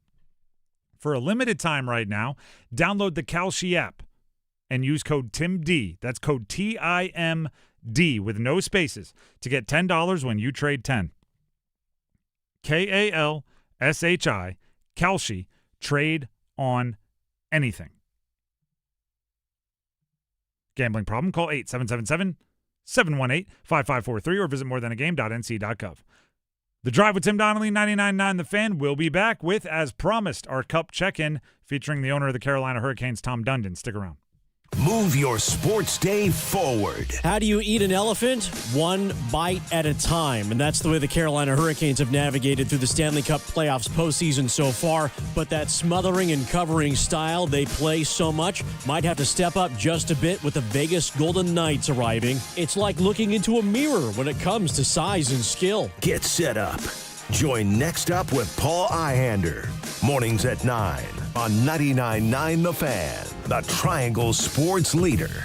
When you own your own business, you need to keep things moving. Need to book a last-minute flight? Earn a $300 travel credit to cover that. Need to take a meeting before takeoff? Do it from the comfort of the Chase Sapphire Lounge by the club. Need to catch your breath before you board? Done. Chase Sapphire Reserve for Business, the business card that gives back all you put in. Visit chase.com/reserve business to learn more. Cards issued by JPMorgan Chase Bank, N.A. member FDIC, subject to credit approval. Terms apply. Give me a mountain with lots to do. Give me something simple and true. All I need is sunshine and that cool, refreshing Mountain Dew. So give me my good friends, give me a Grab some ice-cold Mountain Dew today. Mountain Dew. Stop by Handy Hugo's for great deals on your favorite Mountain Dew products. Head to Handy Hugo's today. Indeed presents hires you can't afford to get wrong, like a hospitality manager at a 5-star hotel. So I just checked into room 318, but someone was in there. Room 318. Oh, you were supposed to be booked in 813, which is now booked. So what do we do? How about rock, paper, scissors for who gets the bed? This is a job for sponsored jobs. This is what happens when you don't sponsor your job on Indeed. Next time, get matched with quality candidates with Indeed sponsored jobs. Visit Indeed.com/hire now and sponsor your job today. On top of home and auto, Progressive protects your boat, RV, and motorcycle so you can explore the unknown. Actually, we just take the RV to the same campground every year. Well, maybe you can catch your own dinner on your boat. Oh, we can actually get pizza delivered there from this brick oven place we love. Will you at least try a new topping? Honestly, probably not. We kind of have a go-to order. Fine. Just bundle home or auto insurance with your outdoor vehicles with Progressive and stay protected when you go, I guess, where you've gone before. Progressive Casualty Insurance Company and affiliates. Not available in all states or situations. He tried to shoot it, and I took a breather for a second and went right to their guy, and that's how quick it could happen. That one's definitely on me. Just took a breather for a second. That's the voice of Shane Gostisbehere. That's big of him. That is big of Ghost to eat the blame like that. You could also say it's fantastic leadership, right? One of the things I say, deflect credit, attract blame. It's what leaders do. Things are going well. Oh, my teammates, my coaches, the staff, the fans. Things go poorly. My fault, all on me. Taking a breather is actually probably the appropriate way to say it, but I almost don't even want to, we all saw the goal, right? It was the final goal. Gostisbehere was caught beat slow and a give and go and gave up the goal. But dove, gave everything he had once he realized what was going on, just wasn't good enough, wasn't quick enough. But when he says take a breather, I feel like some people will imagine him with his hands on his knees, like at the end of a 800 meter race, no, the breather was legit like a quarter of a breath as he looked around to try to see what was going on. And that's all it takes in that situation to allow a team like Vegas to capitalize. So it was a play that he will probably see in his nightmares for a long time. Hopefully it ends up being like a no harm, no foul. You still win the cup anyway, so it can be something your buddies tease you about rather than something that haunts you for a while. But still, very, very big of Shane to own up to it that quickly. Right after the game, he was, like I said, attracting all that blame. Sticking with the Carolina Hurricanes, but moving from the locker room up to the executive suite, it is time for the Cup check-in served up by Carolina Ale House. Earlier today, Adam Gold, he checked in with the owner of the Carolina Hurricanes, Tom Dundon. Let's give it a listen. How are you today after a loss? I know how some of the fans have reacted because I see it. How have you handled 0-1 in the series? Yeah, probably not very well. I'm kind of a baby about this stuff. So yeah, I don't sleep good, and there's no maturity in my life right now. Beautiful. I can't put this stuff in perspective. Did you text Rod Brindamore at any point after the game? No, but we're up here. Our kids are skating. My son just started skating, so I'm up here. So he and I have been talking a little bit. But I never have to worry about whether or not he cares. Yeah, well, you hired the right guy for that. This may or may not be a serious question. True or false? When things aren't going well, you think about trading players. I think about acquiring players every day of my life. I know, but I don't really think about getting rid of our players. I like our players. I don't ever blame I don't think of it in those terms of everybody. Every player is going to make mistakes, and right? I'm going to make mistakes, and you try not to judge anybody on one game or one shift or one mistake, and so we're pretty good about that. Your organization is really good, really great at a lot of things, and I want to get to those in a minute. But I want if you could think back to when you entered the agreement to buy the team, and where it was, the organization was then, and where it is now. Can you believe we're basically talking about 8.5 years? Can you believe it is at this point in this process in such a short period of time? Yeah. So I was actually thinking about. I remember I was agreeing to buy the team, and the second game of the year, and I actually saw it on the internet the other day. But I was at home, and I turned on the second game of the year, and there was nobody. There's nobody. Yeah. I think this was 2017. 7,000 people. There. Yeah. Yeah, there was not 7,000 people in the building. I'm actually going to go. I'm going to go pull the actual ticket drop. I'm going to see if we have it. Right. Because there was not that many people there, and so yeah, I obviously from that to this is it's very fun and exciting, and I'm really happy about it. But we haven't won, and so it always sits there with how happy can you be if the thing you're trying to do hasn't happened, so that it grounds you pretty quick. Yeah, it does. I totally get that. There are two elements here, right? There's the competitive sports element, and then there's the health of the franchise element. And somebody asked me the other day if the Hurricanes are here, meeting the Stanley Cup final without Rod Brindamore, and I said I broadened it for them. I said I'm not sure they're here, and I drew a big circle, meaning however much importance you want to give to Rod for resurrecting the franchise and your work with Eric and everybody else who has contributed to the health of the franchise. I mean, the business wasn't good when you took it over. There was no guarantee it was going to stay here. No, I think that's right. I mean, I think so. There's a lot here, right? Yeah. So the Rod thing's obvious. That's probably number one of why this all turned out this way. And, you knew him. I got to know him during that year. But I can't say when I hired him, I could have imagined, that he was this good at this, right? Because there's not many people that's good at anything. And so, to be that good of a player and a person and then that good of a coach, that doesn't happen very often. So we're all very lucky for that. And then as far as the team staying, I agree. I mean, it was not, older arena. No matter what anybody says, not as many people grew up playing hockey and loving hockey here as they do in other markets, right? Mm-hmm. Like some of them are just, it's not in their DNA here, and it's getting that way, but it didn't start that way. And so, yeah, there was definitely anybody who ignores the math about which way this could have gone is just being emotional about it. But the facts are, it could have gone either way. And, I'm glad it all worked out. The Drive with Tim Donnelly, 99.9 The Fan. That was the Cup check-in with Adam Gold, checking in with the Canes team owner, Tom Dundon. Want to watch the Canes with a full homemade menu and frosty pints? Come to Carolina Ale House, the official Canes road game HQ.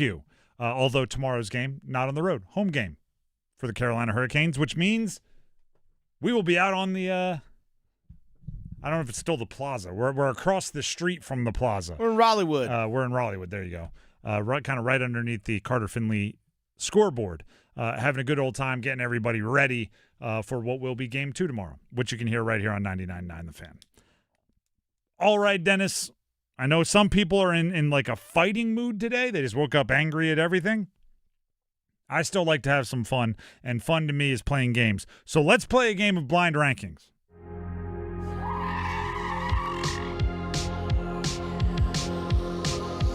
All right, in honor of Tim. Yep. Stanley Cup Final taking place. The NBA Finals starts tonight, which, by the way, you can listen to that right here on 99.9 The Fan. We're going to have that for you as well. So if you're driving around, whatever it is in the evening, we got the Knicks and Spurs on tonight. So, Tim, I'm going to have you blind rank these postseason tournaments or postseasons. Okay. Yeah. For whatever particular sport. I thought you were going to, for some reason, my brain jumped to you were going to have me rank players from either the NBA or NHL championships. And I was like, I have no idea how to judge, like, Tomas Hertl against the castle of the Spurs. Like, that doesn't seem fair. So we're just ranking, like, postseasons. Yeah, just postseasons. Okay, cool. Okay. All right, to start things off, again, blind ranking postseasons in honor of the NBA Finals starting today. Stanley Cup Final already taking place. We're going to blind rank these postseasons. First one, the college football playoff. I'm not as big a fan.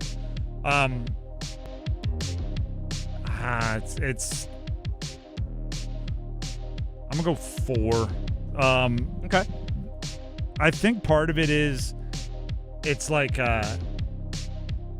do you know what's actually becoming? They changed the college football playoff so much that it's becoming the same phenomenon. I'm a big Saturday Night Live fan, and if you talk to anybody who's involved in Saturday Night Live, I listen to all the podcasts, I read the books, like all the behind-the-scenes stuff.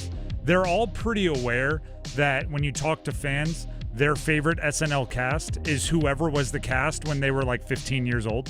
Yeah, it makes sense. When they were a kid. They say it's right before you can start driving on your own, because like Saturday nights, you're still like, you don't have free movement, right? So you're home a lot. So you throw on Saturday Night Live and that's what you love. Then once you can drive, right, you're out with your friends, you're maybe sneaking out on curfew or whatever, and you lose SNL for a while. So I almost think like whenever you were most locked into college football, which is usually, a little bit younger before you got a mortgage to pay and perhaps kids or whatever else you have going on, job, that's like the college football playoff that you love the most. I still kind of like the BCS. And I don't think that's logically the best way to do it, but that's what gave me Vince Young, Reggie Bush. You know what I mean? That's what gave me some of my most favorite games I've ever watched. So I don't love the way it's going, but also I understand, kids that grow up with it will probably love the 36-team playoff that's going to get started here in a couple of years once the money gets to a break even. All right, so you put the college football playoff at number 4 here in our blind ranking. Get blind ranking just postseasons when it comes to sports because, again, we have the NBA Finals taking place, you have the Stanley Cup Finals taking place, and so on. All right, so you put the college football playoff at number 4. Next one on this list of blind ranking is March Madness. Okay, let me just, this is just for dotting my I's and crossing my T's, just making sure. I'm running through in my brain if there's anything that I would put over March Madness. March Madness is so much fun. Do you know what the best part about it is? It's varied. People used to say this, and I actually think North Carolina probably should say this also, but I did my last 2 years of high school in Maryland, and people used to say, people in Maryland are very proud of Maryland, right? They wear that ugly flag everywhere. They used to say, we're the best state because we have everything. We have mountains, we have beach, we have this, we have a bay, we have... North Carolina, by the way, has all those things too. The March Madness gift is it has everything, right? The Final Four weekend feels a lot like conference championship NFL weekend, right? You usually just have these big behemoths. They're going at it. They're playing good. Your quality is high. You're going to get really good basketball. The first weekend feels a bit like a great golf tournament, right? You got a leaderboard. It's rapidly changing. There's long shots climbing up the leaderboard. There's super famous teams in the mix. You might have a big name flirting with the cut line going, what's going on here? It's that. The middle weekends are more like baseball, hockey, where you have just a lot of teams playing a lot of games, and it's, anything can change. So I'm putting March Madness number 1. All right, number 1, straight to the top. Because they have the best parts of every other one we're going to talk about. Okay, all right. So again, blind ranking. Brackets. I mean, just brackets. Just brackets alone. And there's the one and done nature of it all. There's just so much. Charles Barkley in commercials. It's true. All right, again, blind ranking, just postseasons and playoffs in honor of the Stanley Cup Final and the NBA Finals all kicking off this week. You get PTPs, baby. Diaper dandies. It's truly sensational. He's a 3S man. It's college basketball. Come on. All right, so you put the college football playoff at number 4. You put March Madness at number 1. You have 2, 3, and 5 available for the next one on this list, which is the NFL playoff. NFL playoffs are... the NFL is king. I love the NFL. I don't know if the playoffs are great. The Super Bowl is... I don't love the week between. It's too long. The issue with the NFL playoffs is not actually a playoff fault. It's not their issue. But we get really used to having 14, 15, 16 games a week. So sometimes you get to the last couple of weekends and last couple of weeks of the NFL playoffs, and it's you mean there's 2 games? Then a 2-week break, then 1 game? My attention span is corrupted. That being said, NFL is king, so I'll put it number 2. All right, you have NFL at number 2. So you have March Madness 1, NFL 2, college football playoff at 4. You have number 3 and number 5 available for the next one on this list, which is MLB postseason.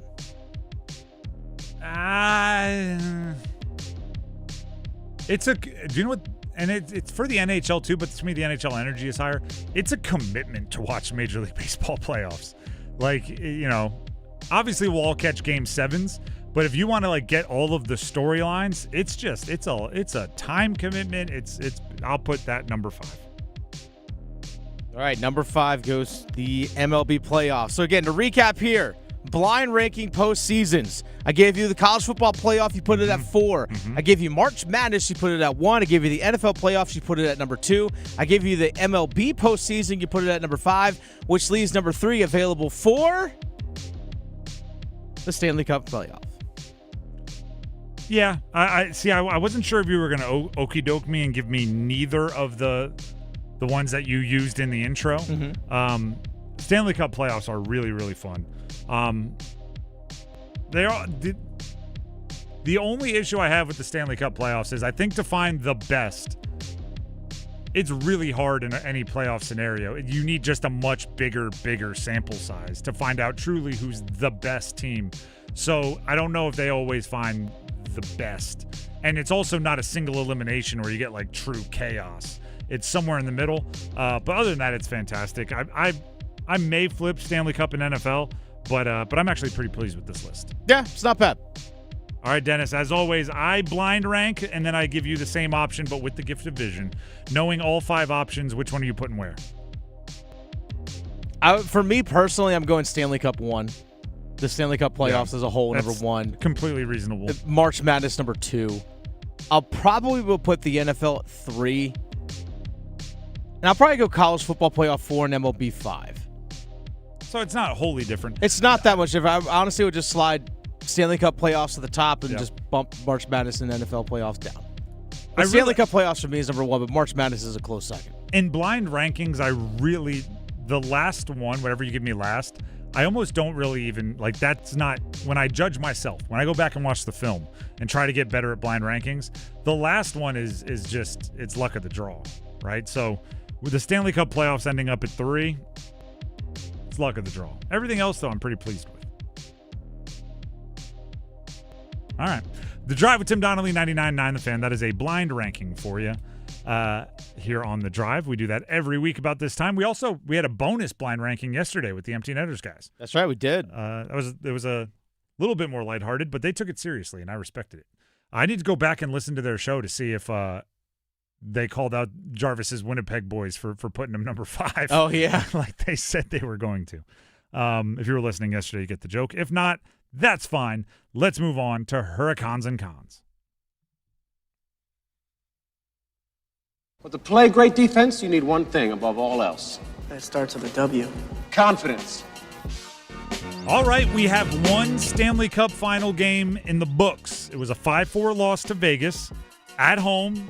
Canes jumped out to a 2-0 lead, fell behind 3-2, tied it up at 3, fell behind 5-4, or 4-3, tied it up, lost 5-4. I'm sure I messed that up. I jumbled all that. Either way, it was a back-and-forth game. Canes lost 5-4. Had some shots right up to the darn near the final buzzer to tie it up. Couldn't quite get it done.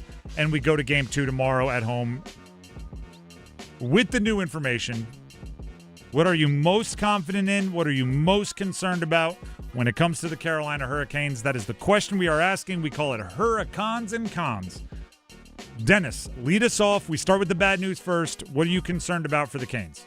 My concern when it comes to the Carolina Hurricanes right now is what's the confidence of the top line.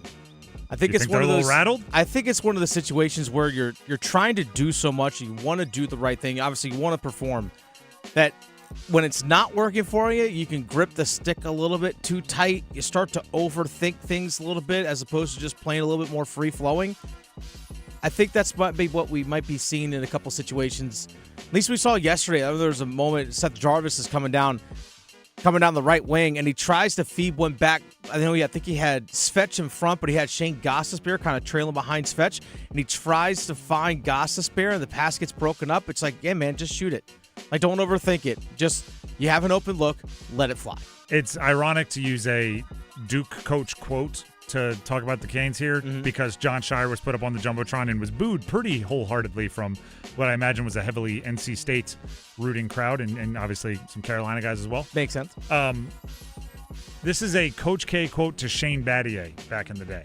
And it was very simple. It was Coach K told Battier, don't let perfect get in the way of being very good. I think at times that top line is trying so hard to be perfect, so hard to get the unbelievable shot, the wide open, that very good is very good. You know what I mean?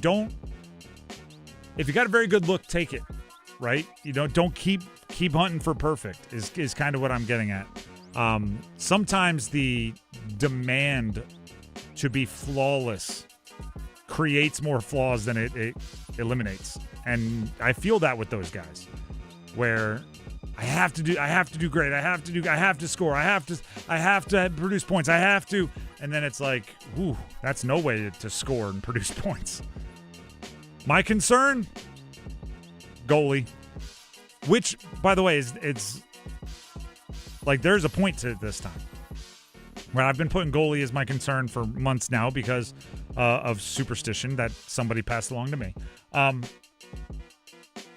But I've said I'm going to have them in.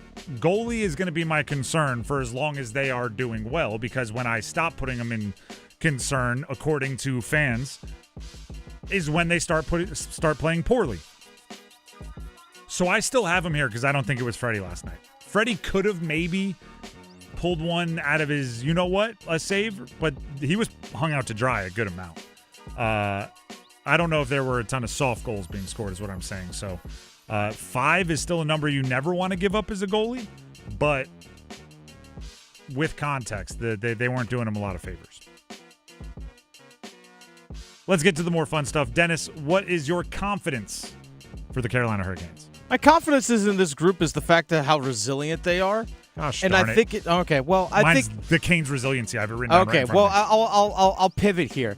My confidence is what I'm going to do right here. Their ability to adjust. Their ability similar, to adjust. yep. So I think we saw something in Game 1 against Montreal. Obviously, they're two very different teams, Montreal and Vegas, which is fine. There's nothing wrong with that. But we saw the things that Montreal was able to do Game 1 in terms of getting open looks, getting out like these basically all these breakaways and these 2-on-1s in Game number 1. And then when we saw Game number 2, it was like a night and day difference. Now, I'm not sitting there going to tell you that it's going to be a night and day because Vegas, in my mind, is a better team. This is the Cup final. You are going to play the best of the best. That's what you should expect. And neither side is going to dominate a full 60 minutes. I mean, if they do, it's not going to be every single game of a series. But the ability of Carolina to make small adjustments with either their defensive coverage, how they're going to break out of the zone, all these different small things is going to benefit them. And also, let's not forget, now, Vegas is going to do the same thing. So it's, the game within the game. But it was just a one-goal game. Despite all the mistakes that they made, they got hemmed in their own zone for pretty much the entire second period, it felt like. Mm-hmm. It was still tied going into the third. And it was still tied with 4 minutes left. And Seth Jarvis has a great opportunity on goal, and Carter Hartman just makes a fantastic save. Either way, the game, I think a lot of people are reacting like for some reason that Carolina is being outclassed. It's like, no, this was exposed. It was a back and forth game. It was literally Carolina had control. Vegas had a little bit of a push. Then Carolina gets a little bit of pushback. Then Vegas takes control. Carolina gets a little bit of a pushback. Then Vegas takes control. Carolina takes control. Back and forth, back and forth, back and forth. It's a heavyweight fight, folks. It's a heavyweight fight with the two top contenders. This is what you should expect.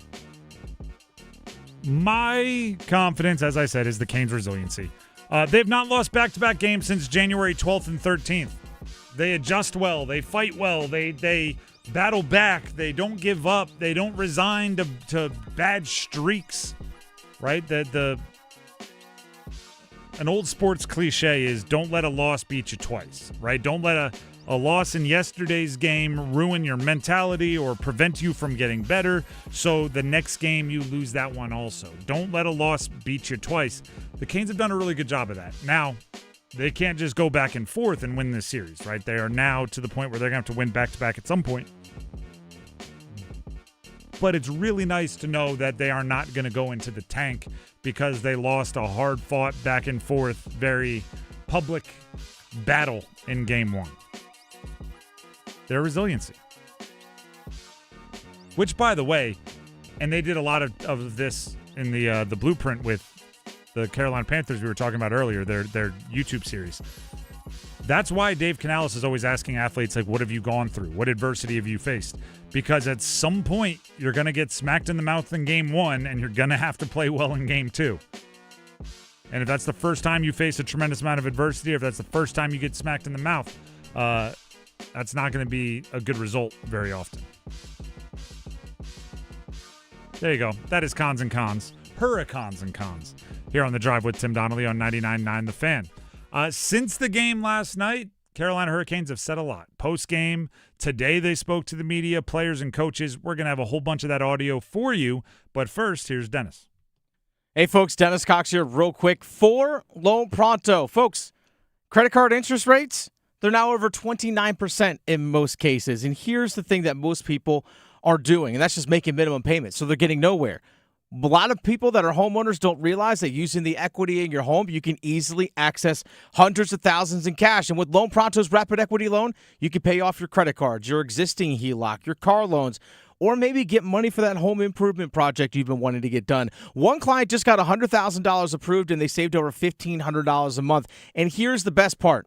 With Loan Pronto, you can do it all from your phone with zero out-of-pocket, no hard credit pull up front, no appraisal, no long drawn-out bank process, and no touching your first mortgage. Rates are at near 3-year lows, so act now. Go to loanpronto.com, see how much you can get in about 60 seconds. Loan Pronto, 2,800 five-star Google reviews. Give them a call, 919-381-1760, or visit loanpronto.com, 919-381-1760, loanpronto.com. Equal housing lender, NMLS 1661781, NMLSconsumeraccess.org. The Drive with Tim Donnelly here on 99.9 The Fan. We'll play some audio for you straight from the players that were in on the action and the coach from the Carolina Hurricanes. Stick around. Hey, it's Adam Gold, and after every Hurricanes game, thanks to my friends at the Aluminum Company of North Carolina, we give you the Canes Corner podcast. In-depth analysis on what happened, why it happened, what's going to happen next, which players are those to look out for, and as we get deep into the playoffs, how can Carolina best position themselves to win a Stanley Cup? Canes Corner podcast, brought to you by the Aluminum Company of North Carolina, live on YouTube, and of course available wherever you get your podcasts. It's bow time. Ordering Bojangles Bow Bites is the easiest choice you'll make today. The bite-sized hand-breaded chicken is fried to crispy perfection, making it perfect for sharing, snacking, or when you're on the go. Just don't call it a nugget. The only hard part is choosing from our 6 dipping sauces. We've got a sauce for every kind of craving, from our creamy house-made ranch to our sweet and spicy peach honey pepper sauce. It all depends on what kind of mood you're in. Head to your nearest Bojangles today and discover the dippable, shareable, and craveable Bow Bites. It's bow time. There's no time like bow time. Time to head on over to Bojangles to try Bojangles' new Bow Bites. Bite-sized hand-breaded chicken fried to crispy perfection. On the go, they're perfect for snacking or sharing. Dipped in your favorite sauce like creamy house-made ranch or peach honey pepper, they're the perfect way to satisfy your craving for flavor and value. Try Bojangles' new Bow Bites. It's an easy choice to make when it's bow time. A bull riding contest. I'm signing up. You've never ridden a bull. No, but I won playing a new Bucks Loaded Edition scratch-off, and I'm on a roll. But they're loaded with $50, $100, and $200 prizes. Oh, I'm riding the Widowmaker. Go for the win with new Bucks Loaded Edition scratch-offs and digital instants from the North Carolina Education Lottery. Must be 18 to play. Approximate overall odds to win range from 1 in 3.72 to 4.75. Problem gambling helpline 877-718-5543. Hey, it's Tim Donnelly. And if you're like me, you're a storyteller. And you need to embrace the haze with Hazy Little Thing from Sierra Nevada. So yeah, if we're sitting around watching the headliner, we want to be talking about when we saw him at the dive bar a few years ago. Or if you stop your friends mid-festival to look at the stars, first of all, do that to me. I love that sort of thing. And then embrace the haze with Hazy Little Thing. Hazy, citrusy, smooth. There's a reason it's America's best-selling hazy IPA. Embrace the haze with Hazy Little Thing from Sierra Nevada. Enjoy responsibly. This hour of the drive is brought to you by Law Tigers. Injured in a motorcycle accident? Call 1-800-LAW-TIGERS before you call your insurance company. Case evaluations are always free, and you don't pay a dime until your case settles. Law Tigers, North Carolina's motorcycle lawyers.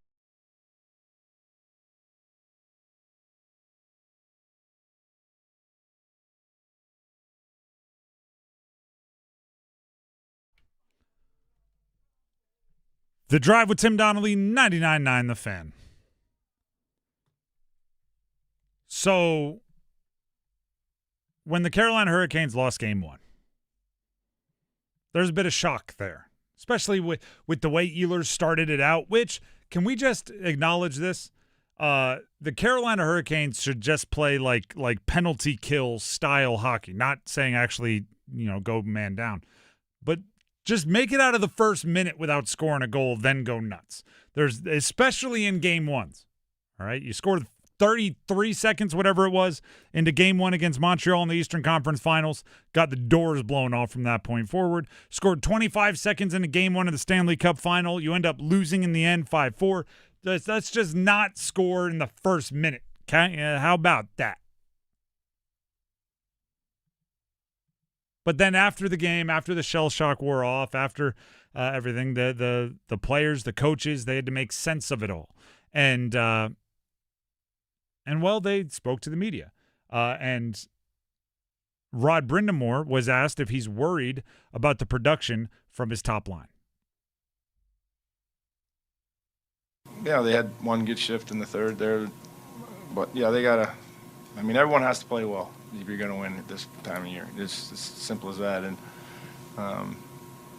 you know, your best guys got to get on the score sheet. You know, that's going to happen if we want to, you know, get where we want to be.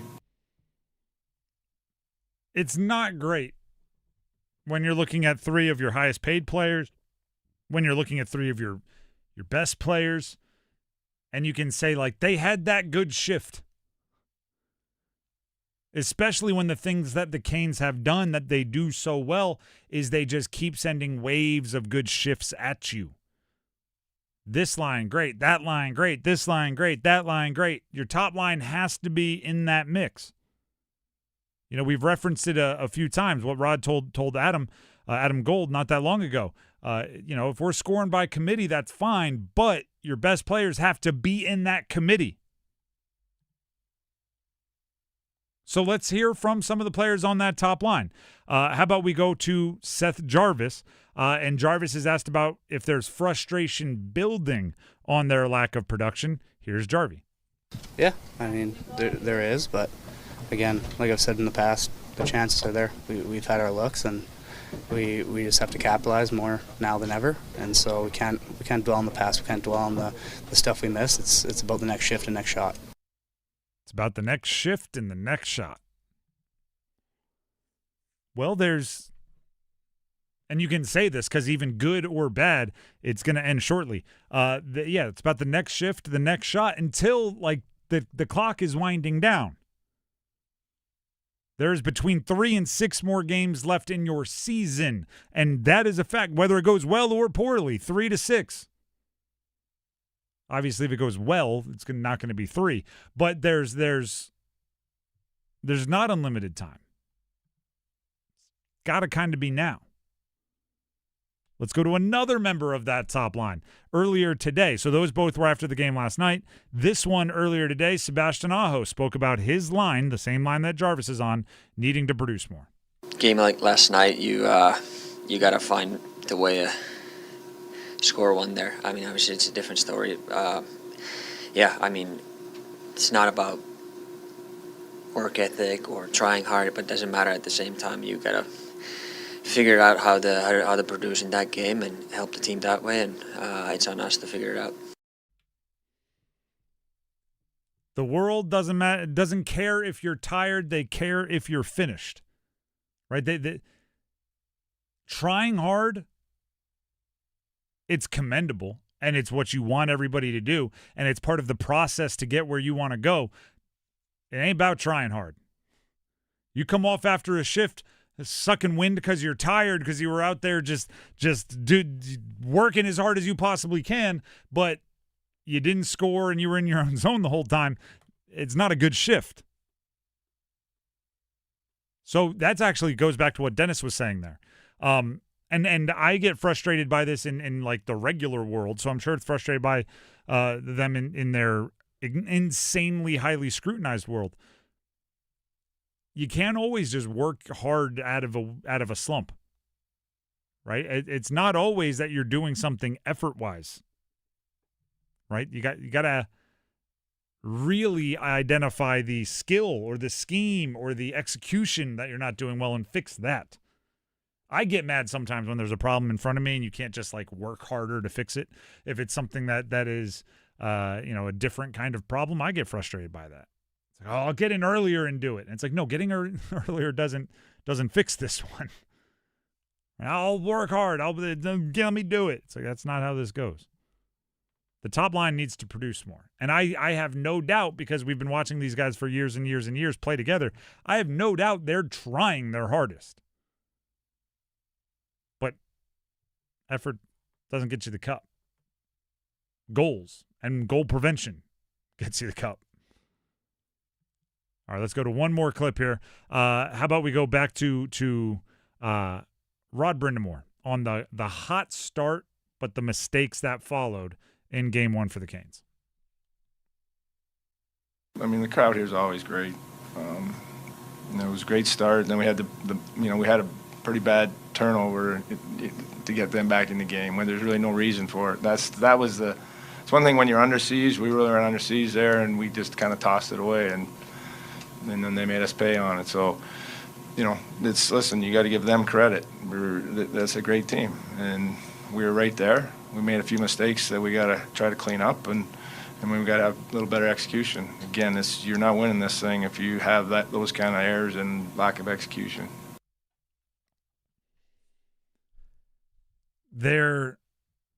The turnover, but like here. Let me take a step back. I want to focus on Vegas is a good team.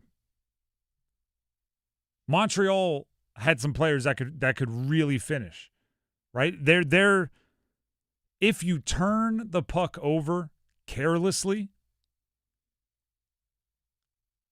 you're gonna get punished for that. It's going to happen. If you take a breather in a man-to-man defense, which is what the Canes play in a crucial minute, in a crucial moment where your guy ends up scoring, like that is what happens. Now, you don't wish it on anybody, right? Because that's brutal. And especially Stanley Cup final, these guys have been dreaming of being there their entire lives. But there is, like, it's part of what sports is so great at, right? There's no hiding. You turn the puck over at center ice without any help behind you, guess what? In the hockey world, the appropriate punishment for that is probably giving up a goal. And it doesn't matter if you're making $10 million or $900,000. And it doesn't matter if you're a 10-year vet and you got a bunch of trophies on the wall, or if you are somebody who is a rookie. If you take a breather on defense in a big moment, you're probably going to give up a good look.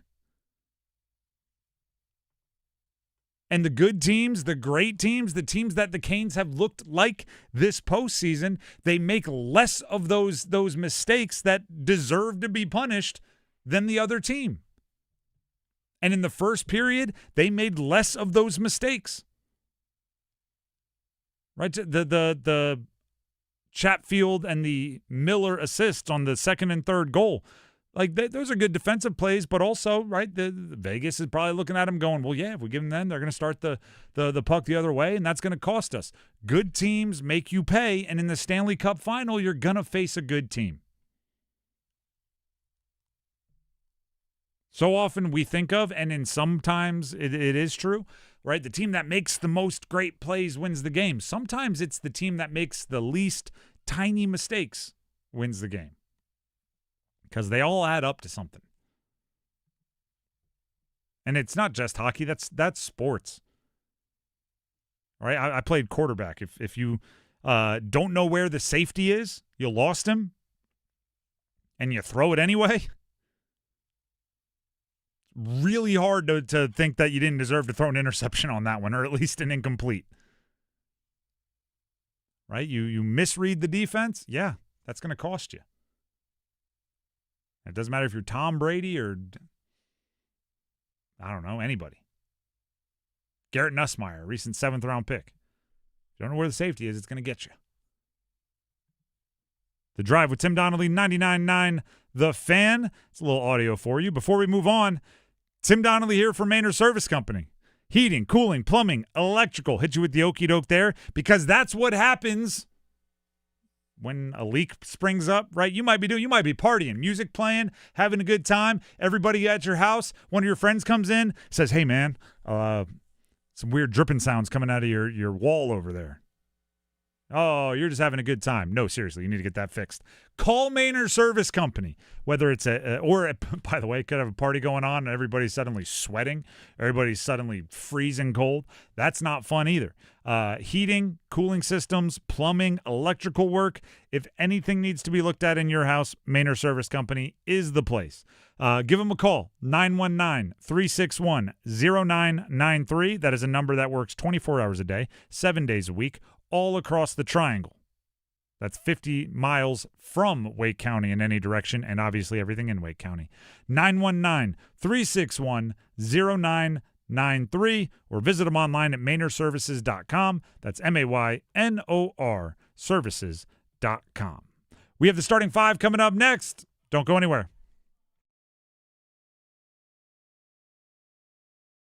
Can't get enough of the Carolina Hurricanes? Check out my podcast, Iced Tea, hosted by me, Megan LaMontagne, as I take you behind the scenes and get exclusive stories about the team. This season, I've interviewed Seth Jarvis's brother, Caden, who talks about a young Jarvie growing up, longtime PA announcer Wade Minter, who spills the tea on how a mess-up made national news, and legendary color commentator Trip Tracy, just to name a few of the guests.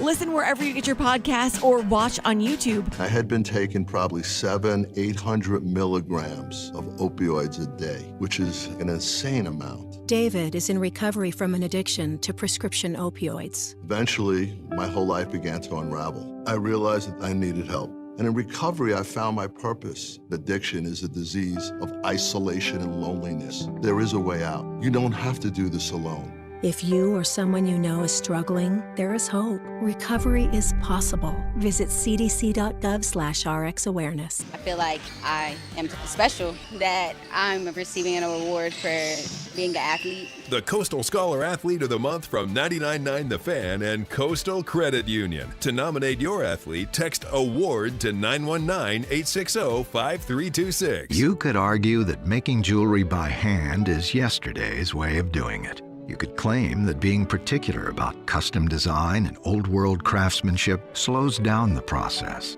You could call us old-fashioned, and you'd be right. Because the heart and soul of Bailey's is our workshop, where skilled craftsmen create heirlooms meant to last for generations. Come see why we've been voted the best jeweler year after year. Bailey's Fine Jewelry. Every woman wants a Bailey box. It is Men's Health Month. I'm Tim Donnelly, joined by Dr. Katie Rains, urologist at Wake Med, having some questions answered. Doctor, why does someone get a kidney stone, and are there any prevention tips that you can pass along? There are many reasons why someone will get a kidney stone, the most common being dehydration, because it's all about the concentration of minerals in your urine.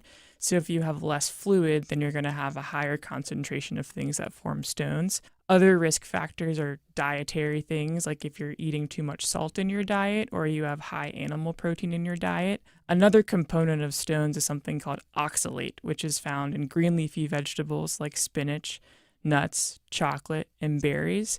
So really hydrating is the number one thing you can do to help prevent kidney stones, especially somewhere like North Carolina where it gets humid quickly and you may be sweating more than you anticipate. So staying well hydrated really is the best way to keep yourself without kidney stones. For more information, please visit wakemed.org. I'm attorney Brian Ritchie. Getting hurt in a car wreck comes with all kinds of stress and frustration. But when you call me, I'll be on top of all of it. So all you need to worry about is getting better. If you've been injured in a car wreck, I'm on top of it. Contact us at ritchielaw.com. Broadcasting live from the Eagle Leasing Storage Studio. WCMC HD1 Holly Springs. 99.9 The Fan. The Canes light the lamp here. I'm WRAL meteorologist Kat Campbell. Another really nice June night is ahead. Lows dip into the mid-50s. It'll be nice and comfortable with low humidity and clear skies. Thursday, we're warming back up. 89 for the high. It's sunny. The humidity isn't bad, but there won't be much of a breeze. Weather update brought to you by All-Star Dog Training. You've seen their dogs featured in college and professional sports. They can train your dog too. Visit allstardogtraining.com and schedule your free evaluation today. 5 o'clock check of your money. Dow Jones at the closing bell today down 620 points to 50,687.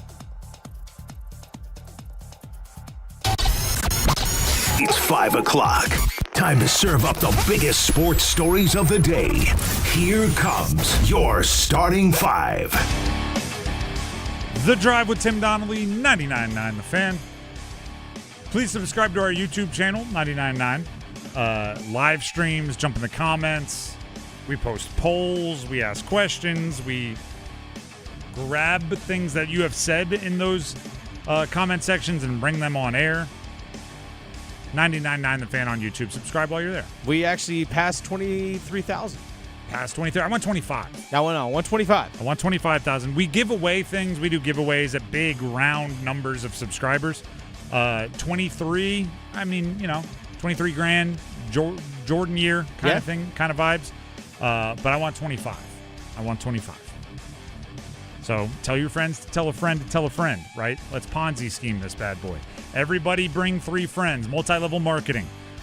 If you subscribe and you get 3 friends and they get 3 friends and they get 3 friends, we'll be giving away stuff all the time. 99.9 The Fan on YouTube. Now, with it being just past 5 o'clock, it's time for the starting 5. And as always, we start with number 5. Count them. 1, 2, 3, 4, 5. Let's do that hockey. Game 2, Stanley Cup Final, tomorrow in Carolina, in Raleigh, in the Lenovo Center. We're starting things off optimistically. Later on in the starting 5, we'll get to last night, but for right now, there's another game tomorrow. And if you want to light a fire under your you-know-what, if you're a Carolina Hurricane, guess what? 2 weeks from now, because the game 7 would be what? The 17th, which is 14 days from now. Today's the 3rd. 2 weeks and 1 day from now, regardless of how things go, there is no game tomorrow. There is no next. There is no, you're fishing, you're golfing, you're getting injuries taken care of. Tomorrow, the stakes became significantly higher as soon as that game ended yesterday. Tomorrow's game, the stakes are significantly higher because Vegas was able to get the win on the road in game 1. So guess what? Make it happen. You don't work your entire life to make the NHL to play in boring, low stakes hockey games. No, you work your entire life to have the opportunity to be a hero in a game like tomorrow. So go be a hero.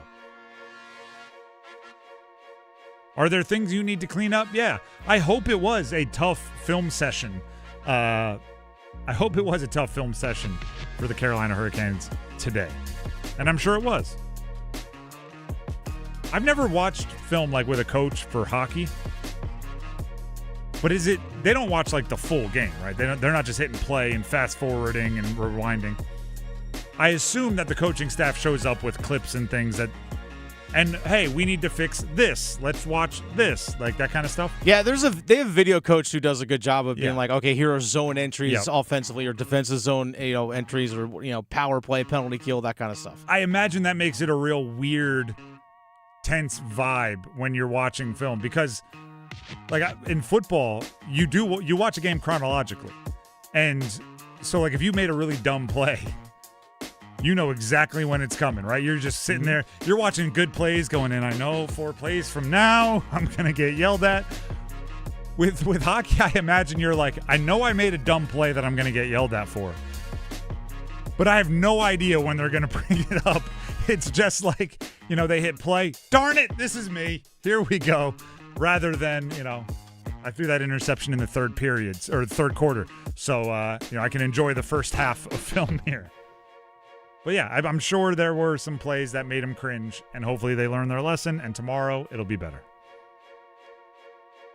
We can save our if-then statement for tomorrow, Dennis. I won't put you on the spot here today. I mean, yeah, we got some time here, which, by the way, we'll be back out at Lenovo tomorrow.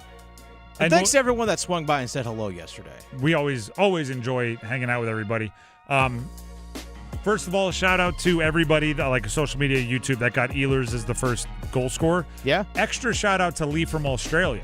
Yeah. Who got Ehlers in the first period. That's right, he did. Shout out to Lee. I'm thinking there might be something to that whole time travel thing. Because it was the next day in Australia where he was coming from. I think he called someone back home and said, hey, who scored the first goal? On Tuesday night. And he was calling somebody on Wednesday. Could have made some real good money. That's number 5. Let's get to number 4. 1, 2, 3, 4, all together. The Charlotte Hornets. Well, not the Charlotte Hornets, but the league they play in. They'll be there one day, baby. Con Knipple was at the Stanley Cup final.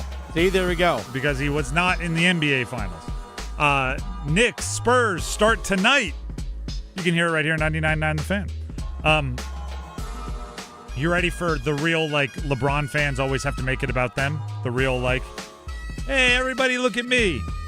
And I actually thought it was funny. I saw a LeBron fan say, just so you know, Victor Wembanyama, you're 22, 23 years old. If you lose this NBA Finals, you can never be as good as Jordan. Right. Because the Michael Jordan-LeBron argument always is, he's 6-0, never lost. Even though it took him a while to make it to his first NBA Finals. Yeah, it took like 8 years. Even as somebody that argues the Michael Jordan side of that argument, I still think that's a fairly good point to be made. Like, oh, so Victor Wembanyama got his team there earlier, and now if he doesn't win it, he's never going to be eligible to be better than Michael Jordan because Jordan was perfect in the finals. It's a good argument. But I will also say this. I'm picking the Spurs, so maybe it's irrelevant. I said for a while that whoever makes it out of the West is going to beat whoever makes it out of the East. It was just one of those years. Injuries and others kind of hampered the East a little bit. Granted, Knicks fans, I'm sure, are recording this and just waiting to yell at me in a New York accent if the Knicks can get the win. Yep, a lot of that. But Spurs are good, man. And do you know what's even more annoying about it? The Thunder, who the Spurs just beat, and the Spurs are going to be good for a while. You want to hear my conspiracy theory here? Go on.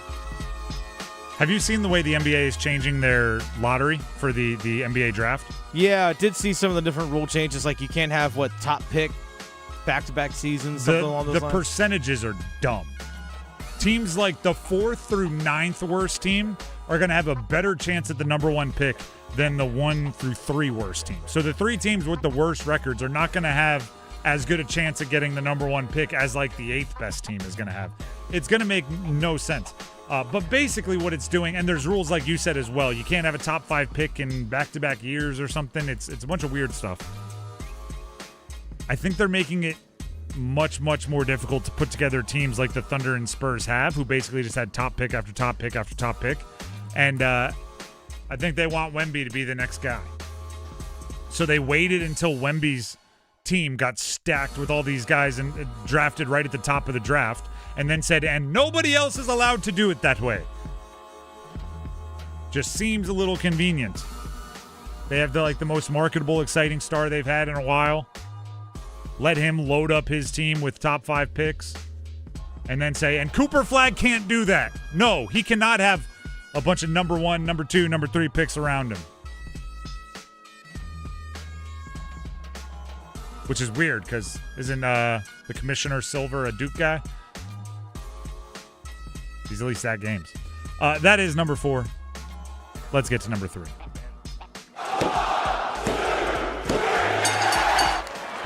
Two running back set. Bailey keeps. Bailey dives to the end zone. Touchdown! NC State! And now the fireworks go off on time. There will not be NC State fireworks in Brazil this year. So NC State football, Virginia football were scheduled, and it had been announced that a while ago that they would open their football seasons this year playing each other in Brazil. It was revealed today they will not be opening their seasons in Brazil. Instead of opening in Rio de Janeiro, they will open their season in Charlottesville, Virginia. Bummer. And I would say bummer for the players. Do you think, actually, the game's kind of not that far into the future. There are probably families and things that have airlines booked and hotels booked and all this other stuff because they were going to go watch. Hopefully they bought the refundable package because there will be no game in Brazil. It's a bummer. I think those events are cool. I'm sure that this was a business decision, meaning maybe tickets weren't selling as well as they thought they would. or hoped they would. But now it's just, quote unquote, just. It's an ACC game in Charlottesville. Like a dime a dozen, right? I've talked for a long time about the cool venues and getting games into unique places because those are the games that stand out in your memory. When your career is done, you might go, hey, remember that game we played against UVA? Kind of where we won, right? But if you ever went, hey, remember that game we played in Brazil? You'd be like, yeah, we jumped out on them. They came back. We fought back. We won in the fourth. It was on a pass to so-and-so. Like, you know everything about it because it's unique. So that's not going to happen. But NC State's still getting a check from whoever they agreed to kind of do the business deal with. So there's a cancellation fee of some kind. Bummer. I believe it will still be on the same time, though. So you will still have, I call it a onesie or a oneer. You will be like the only game on television, which is very good for television ratings, which do play into your media payouts from the ACC now. So you probably would have gotten a few more eyeballs. People like, let's see how this Brazil game's going. But just by the nature of being kind of the only game on, you're going to get a nice little boost to your viewership. Yeah, people will starve for football. Yeah, it's week 0, so it's right at the beginning. NFL preseason will be going on, but the real games won't have started. You'll be the premier deal there. That's number 3. How about number 2? Just the two of us. Chatfield takes the loose puck, knocked away, and here's Nikolai Ehlers playing his way around Theodore. Ehlers coming in, snaps a shot, he scores! Carolina, right off the bat, it's 1-0, 25 seconds into game 1. Nikolai Ehlers gets the Canes on the board. No, that was fun. Didn't last forever, but that one was fun. Canes. By the way, real quick on that goal that we just played, that Nikolai Ehlers highlight that we just played, the very first goal of the game. So there's a video that was floating around today that I saw that there's a station out in Indianapolis that was broadcasting the game. Yeah. And they didn't have the announcer, so it was just pure crowd noise, just nats, what they like to call it, just natural sounds, just crowd noise and everything you hear on the ice. So you just see the guys playing almost like you're actually at the game, like that's what you're hearing. Because you don't have the announcers, and you just hear the ping off the post and in, and just the place going absolutely nuts. I was like, man, I'm not going to lie. That would have been cool. Like, if I'm sitting at home, but I don't have the commentary, and I just got to experience that would have been pretty awesome. Was that intentional? I don't think so. They just didn't have, the feed was loose, whatever it was? I don't know what it was, but a feed in Indianapolis. But I saw that, too. It was like you're right. The ping was loud, but also... crowd noise is so good. This is coming from a broadcaster. So the hardest thing to do when you're doing play-by-play or whatever is to recognize, like, I'm better serving the audience by laying out here because we all love the sound of our voice so much and we think we're so insightful. But as he broke up the ice on that, the one that went viral from Indianapolis, the rising sound as everybody recognizes, like, oh, he's going for it. Oh, he's not going to get caught. Oh, he's got a shot. Oh, it's like the whole thing was just very well played. So it was very cool. With that being said, that was just 25 seconds of a 60-minute game that Vegas did end up coming back to win. For more details on it, here's our very own Adam Gold with what we called 2 minutes of gold, but today it's more like 4 minutes of gold, all about last night's Game 1 Stanley Cup Final. Hey, it's Adam Gold. I've got 2 minutes for a 2-goal lead that went away all too quickly as Carolina dropped Game 1, 5-4 to the Vegas Golden Knights. Game 1 of the Stanley Cup Final goes the way of the visitors, and it's all brought to us by Parkway Sleep. They'll help you get good rest faster and with the care you deserve. Carolina off to a great start. 25 seconds is all it took. Chatfield takes the loose puck, knocked away, and here's Nikolai Ehlers playing his way around Theodore. Ehlers coming in, snaps a shot, he scores! Carolina, right off the bat, it's 1-0, 25 seconds into game 1. Nikolai Ehlers gets the Canes on the board. Eichel, he'll throw it away, and the Canes are going to send Ehlers. Ehlers on a partial break. Ehlers strikes, shoots, he scores! Nikolai Ehlers, 2 for 2, my friend.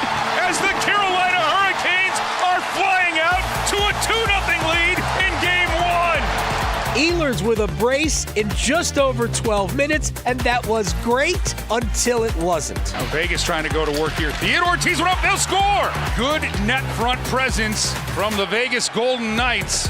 And it was their fourth line of Dowd, Smith, and Kolasar was out in front. But this is going to be Shea Theodore's goal as it ricochets past Frederik Andersen. The Theodore goal that made it 2-1 was the only good thing Vegas did in the period. Carolina dominated, but they only led 2-1. And that left the door open. Vegas would score twice in the first 4.5 minutes of the second. Carolina making mistakes. Jacob Slavin giving the puck away. Sebastian Aho losing coverage in front to William Karlsson. As Vegas took a 3-2 lead, Jordan Staal would tie it with a great goal off a Noah Hannafin turnover. Vegas would take the lead early in the third period, and then Shane Gostisbehere would even it up at 4-4. We were going down the stretch, and the top line had a chance to put it away. Now a chance here. Drop back. Oh, Carter Hart just robbed Seth Jarvis. His best save of the game, bar none. That was absolutely labeled. Started with power forward beast mode. Svechnikov along the boards on the bench side. Aho steps in after Andre gets it to Sebastian on the goal line. Chemistry, no look, backhand pass from Aho to Seth Jarvis. Great shot. I mean, he almost just overpowered Carter Hart's glove. Seth Jarvis, you're not going to have a better chance than that to be a hero in Game 1 of the Stanley Cup Final. Unfortunately, less than a minute later, Shane Gostisbehere lost coverage of Tomas Hertl. Sissons back out front for Hertl. He scores! Tomas Hertl labels that into the upper corner. And Vegas has gotten the lead back with 3:24 left in the third. It's 5-4 Golden Knights. 5-4, less than 4 minutes to go.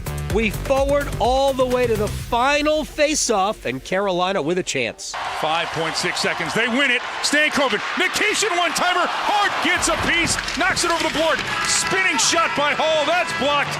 And the Golden Knights will take game number 1 of this Stanley Cup Final by a 5-4 score here at Lenovo Center. Alexander Nikishin's blast was actually blocked by Mitch Marner, probably inadvertently. I think it was going in if Marner doesn't get a leg to it. Again, I think he was trying to avoid it. And Carolina couldn't avoid a 5-4 self-inflicted wound loss in Game 1. Got to come back and play better in Game 2. Be cleaner. Parkway Sleep Health Center. Sound sleep, sound health, sound off for a turnover-free game, for crying out loud.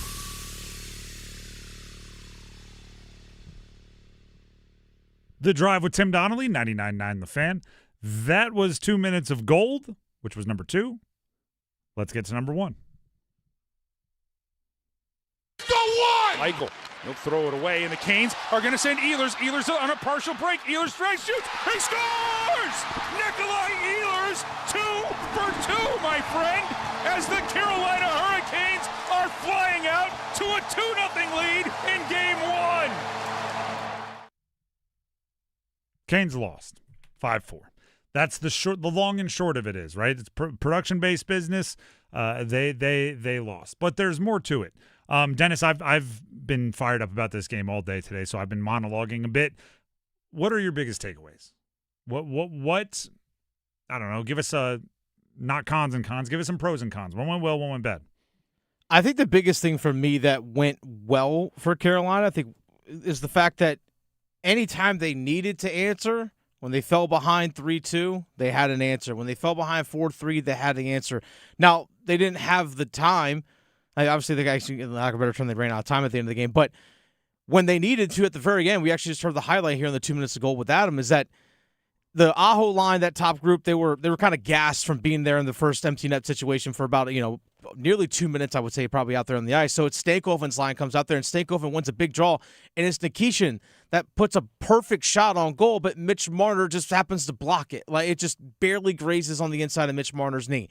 So they executed the play perfectly, but you got to give Vegas credit in that sense. So to me, I never felt at any point Carolina was outclassed. At any point. I looked at two teams that were even with one another, staring at each other in the face. I said it yesterday before the game. I said, flip a coin on this series. Like, for real. Like, flip a coin on this series. You could do that with every single game. Neither team is outmatched. Neither team is outclassed. the thing that was frustrating yesterday was just to watch some of the mistakes that you don't normally see Carolina make in terms of the turnovers in their own end, just how they mismanage the puck on their own end of the ice. But we all know that Carolina is capable of cleaning that stuff up. It all of a sudden isn't just going to be a repeat of that game in and game out. I think that's something we sometimes, and fans lose sight of this, is the fact that just because it happened in one game doesn't mean it's going to happen every single game from here on out. Few things I want to build off there. First of all, it did feel, it's an old track saying that you didn't lose, you ran out of track. It did feel like they were going to tie, the Canes were going to tie it up 2 minutes after the final buzzer. Like it was going to happen, which, isn't worth anything, but I do think it's worth mentioning. Two, sometimes we have to remember that they're human.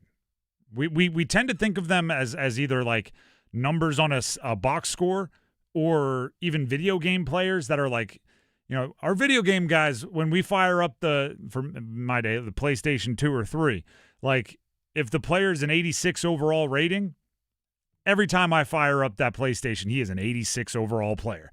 Like that is what he is. When in actuality, humans aren't that way. Think of your own job, right? I'll why would I tell you to think about you? I'll do it, right? Don't ask you to do anything I don't do. There are days where a show is over and I'm like, whew, smoked it. That was a good one. I'm going to enjoy listening back to that when I'm watching the film. There are also days where I turn the mic off and go, I'm not sure I made much sense there today. Hopefully they understood. I twisted my own self up into a pretzel there on that one, or I stumbled through that name and I sound like I didn't even know how to pronounce it. Like all of that happens too. Now, once you give yourself that grace, right? Because I don't know, you're selling cars, whatever your job is. There's days where you sell 5 cars. There's days where you thought you had them on the hook, like they were going to buy and you were going to upgrade them to the Eddie Bauer package. And somehow they walked out of there and bought from your competitor. Like when it's you go, oh yeah, good days and bad days. But now put that on an athlete. Good days and bad days, right? Some days they show up and man, I couldn't handle the puck worth anything today. Tomorrow's another day, right? You're going to show up and expect to be better. Maybe absolutely the only position in sports that we give that grace to is pitchers. Pitchers, we have no problem going like, I didn't have his best stuff today. And we don't act like he's never going to be a good pitcher ever again, right? It's like we could have a Cy Young Award winner out there and it's like, man, couldn't control the off-speed stuff today, could you? And we just assume it was an off day. But for a hockey player, guy has like a rough 4 games, and we're like, his prime was fun, but the decline is brutal. He's never brother, this guy stinks! He's never going to get back to those lofty heights he achieved just 2 games ago. Like, it's ridiculous. Game 2 is different than Game 1. And Game 3 is different than both of them. Give him some time. Now, if they put together a bad series, you got to have conversations. But a 1-game sample size is not enough to do anything. Maybe they woke up and just didn't have their good stuff. Couldn't control the off speed. Happens. I blame the ice a lot more than I probably should. Sometimes if there's a lot of fumbling of the puck in just a certain part of the ice, I'm like, oh, there's something wrong with the ice there. They're not handling it well in that particular corner. Oh yeah. And it's like, or maybe there's another professional hockey team trying to make it difficult for them to handle the puck, and that's not the easiest thing to do. I think because from the outside, even when you're in the arena, you just see this flat surface. Yep. And we just assume it's perfectly flat. It's not. It's not. As someone who plays hockey, you're skating up the ice, you're handling the puck's sitting flat, hits a little bit of a bump because there's a little bit of a rut in the ice. All of a sudden, that it gets all on its side a little bit, and now it's off your stick. It's such a small little thing, but you can't anticipate it. And when you're out there, you're skating up ice, all of a sudden it just hits a little bump. The puck doesn't always sit flat. It just rolls on you sometimes. You might be throwing a perfect pass on a smooth bit of ice, and then just like I said, hits a little bump, and then it just bounces a little bit, and now it's past you. What could be a perfectly on the tape goal ends up past you, and now it's in the corner and you're chasing it. It happens. Yep. Even in the Stanley Cup final. Feels like it shouldn't happen, but it does.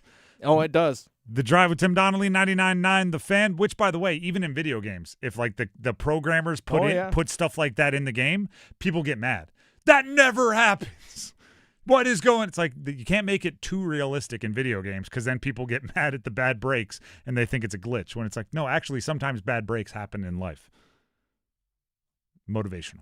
The Drive with Tim Donnelly, 99.9 The Fan. Before we grab our numbers game contestants, Dennis has something he'd like to tell you. I do. Dennis Cox here real quick for Law Tigers. Speaking of those bumps in the road, sometimes those things you just don't expect, well, that can happen to you when you're out there on the road as a motorcycle rider. It is important. It is imperative as you as a motorcycle rider to make sure you're riding in the proper position in the lane. That's following in the tire tracks of those vehicles in front of you. Not riding in the center of the lane where all the oils and all the fluids that drip down from the engines of cars. You don't want to ride in that area. That's actually where the danger happens. You want to make sure that you ride in the same tracks of the tires of the vehicle in front of you. But accidents can happen. You can do everything right, and things just don't go your way. And if you're injured in a motorcycle accident, that's why you got to give Law Tigers a call at 1-800-LAW-TIGERS, even before you contact the insurance company. Your case evaluation with Law Tigers, it's always free, and you don't pay a dime until your case settles. So give them a call, 1-800-LAW-TIGERS, or visit lawtigers.com. Law Tigers is a network of independent law firms who are members of the American Association of Motorcycle Injury Lawyers. Law Tigers is not a law firm. The Drive with Tim Donnelly, 99.9 The Fan, needs numbers game contestants. Call in now. We have a different prize than we had on Monday, so listen up.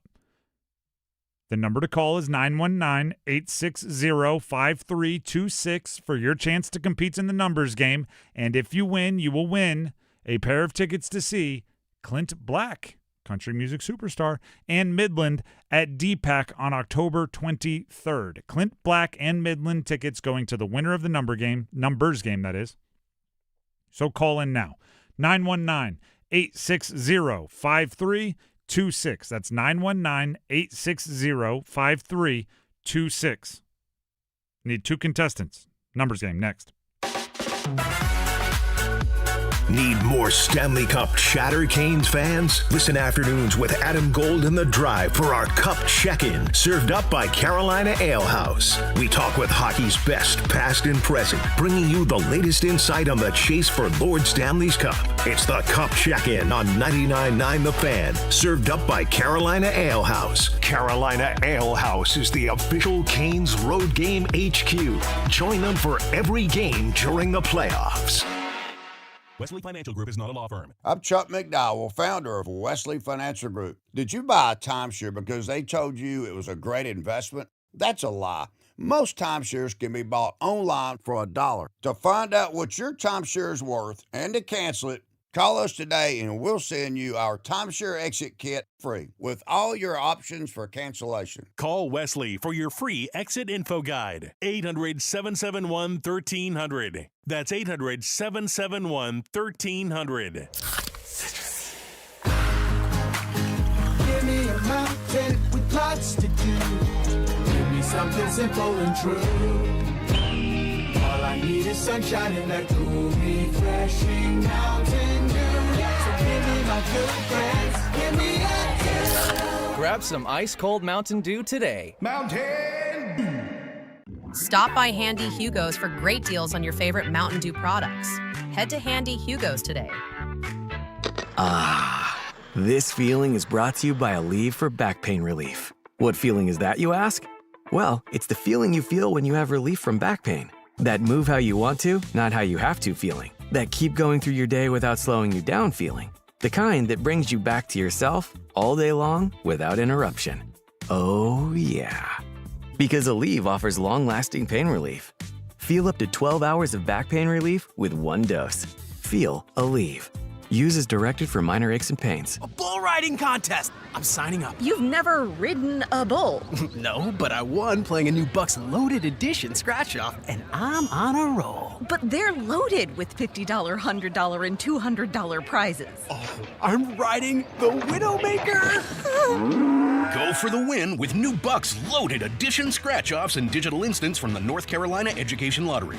Must be 18 to play. Approximate overall odds to win range from 1 in 3.72 to 4.75. Problem gambling helpline 877-718-5543.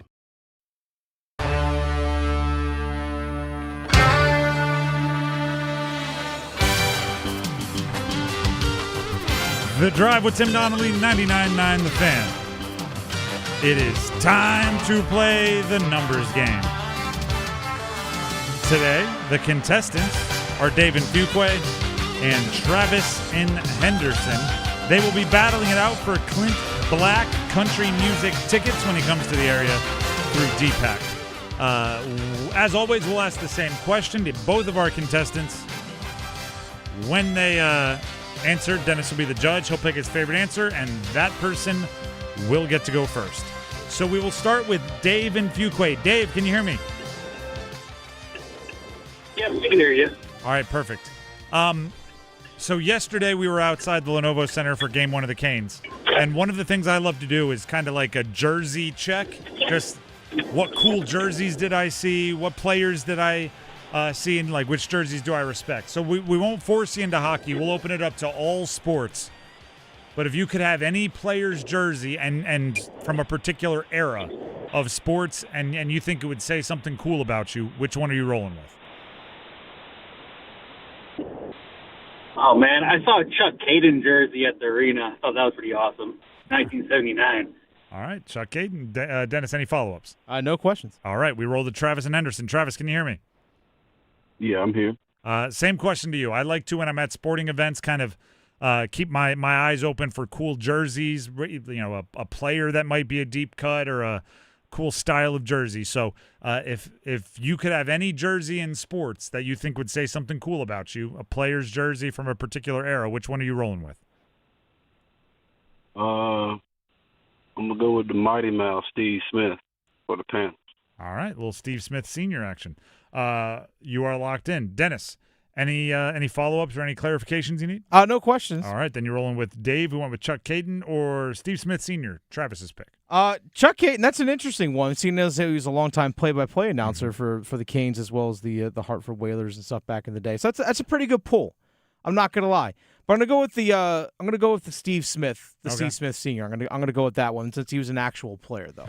By the way, the correct answer we're looking for is a Carolina Hurricanes Patrick Marleau jersey. That's the one. That's the go-to. Because he was a Cane, then he got bought out. Yeah. Yeah. There's what was the now I'm blanking on his name. Who was the goalie card that was pulled? I think it was during the Eastern Conference. Oh, Jack LaFontaine. Yeah, LaFontaine would be a funny one. That'd be a good one too. I love I love the ones that were on the team for 10 minutes. Either way, Travis gets to go first. Dave, don't worry, you'll have your chance. Just have to sit on hold. Travis, are you ready to pick a category? Yeah, I'm ready. All right, we have NFL players, Panthers only. Major League Baseball players that have hit 3 home runs in a single game. NBA players that played in this year's 2026 playoffs. Or NHL Hurricanes only. I'll go with the Panthers. Okay, NFL Panthers only. I'll give you the team and the player. Give me the jersey number as quickly as you can. 30 seconds on the clock. One pass if you need it. Do you have any questions before we get started? No, go ahead. I'm ready. All right, I like it. Your time will start when you hear the horn. David Moore, Carolina Panthers. 3. Incorrect. Deontay Foreman, Carolina Panthers. Pass. Jeremy Shockey, Carolina Panthers. 80. Correct. Mike Rucker, Carolina Panthers. 93. Correct. Ted Ginn Jr., Carolina Panthers. 19. Correct. David Moore, Carolina Panthers. 13. Incorrect. Deontay Foreman, Carolina Panthers. 33. Correct. David Moore, Carolina Panthers. I have to be honest with you. The way you started, I thought we were in for a rough go of it, but you ended up getting 4 or 5. That's a very solid number. Congratulations. Appreciate it. I was stuck on Foreman, but I remember he was a running back, so I just threw one out there, and I got it. Well, throwing darts works sometimes. Let that be a lesson to everybody. Keep naming numbers. Stay on the line. We'll see if 4 is enough for the win, okay? All right. That brings us to Dave in Fuquay. Dave, give him the David Moore number that he missed. Oh, David Moore, 83. 83 is what we were looking for there. Oh, by the way, David in Fuquay just dropped. David, yeah, and we're pretty much up against the time here. He tapped out here. He heard 4 and went, I can't. You said, nope. I concede. So, Travis and Henderson, congratulations. You are the winner. Dave just wanted everybody to know he saw a Chuck Hayden jersey, and then he said, I'm good. That's all I had. See ya. Congratulations, Travis. You get to see Clint Black and Midland at DPAC on October 23rd. We have a pair of tickets for you. All right, I'll be killing time till then if you catch the reference. Hey, look at that. You're kind of like low key, but you're paying attention, and I like that. You're laid back, but you're locked in. Stay on the line. Dennis will grab the info he needs to make sure you get your prize. All right, appreciate it. All right, I'm right here. I'll pass. Missed the first two, and then boom, boom, boom, 4 straight. Yeah, he was kind of close there with David Moore. Like, he knew the 3 was there because he said 3, and they said 13. 83, obviously, the number we were looking for. But he was. But if you're thinking wide receivers and you know there's a 3 in it, it's single digit, it's teens, or it's 80s. He was on the way. He was. That's where you're going. The Drive with Tim Donnelly, 99.9 The Fan, as Dennis makes sure the prize can be delivered. I will make sure you know what you need to have on your wrist. Tim Donnelly here for Bailey's Fine Jewelry. And when I talk about things you need to have on your wrist, don't take it from me. Experience it for yourself. Go to Bailey's Fine Jewelry at their Village District location. Now, when you walk in, I'm going to give you the full scene. You walk in, you're going to be in their main showroom, and there's going to be all of the really, really cool jewelry that they have, estate jewelry, bracelets, earrings, necklaces, the whole thing, diamonds, diamond studs.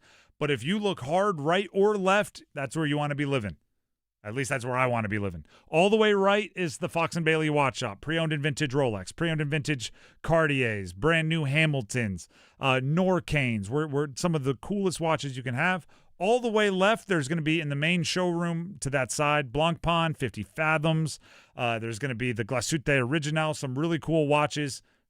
And then there's the Omega Boutique, the largest of its kind. I'm a massive Omega fan.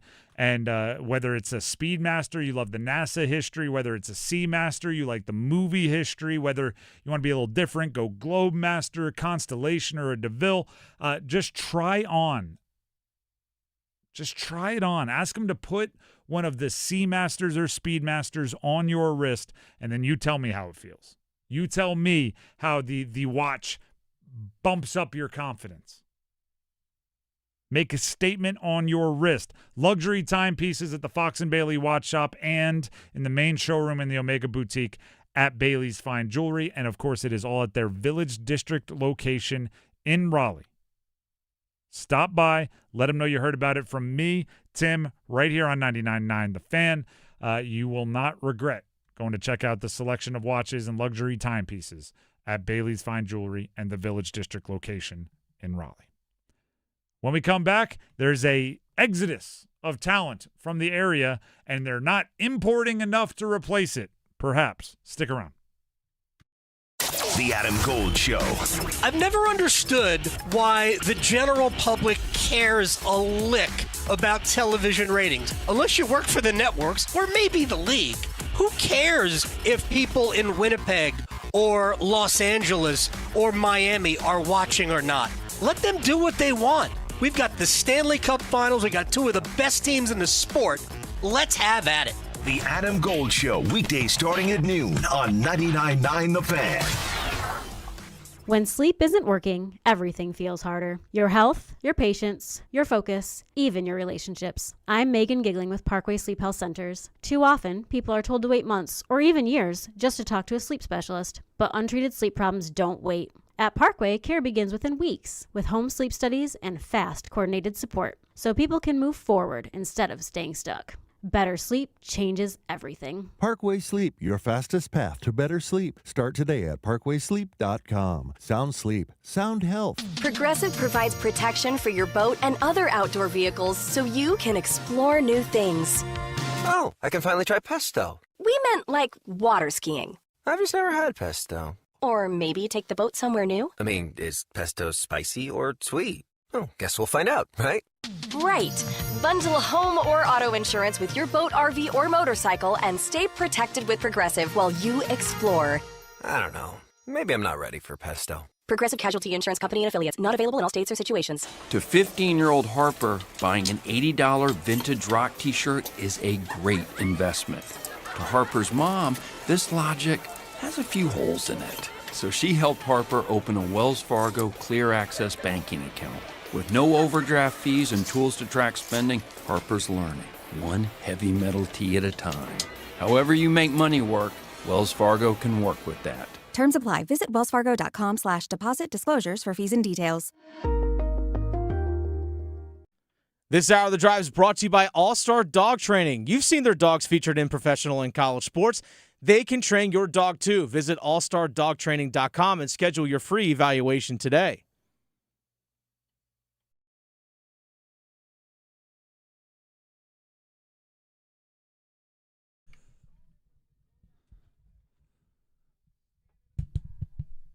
The Drive with Tim Donnelly, 99.9 The Fan.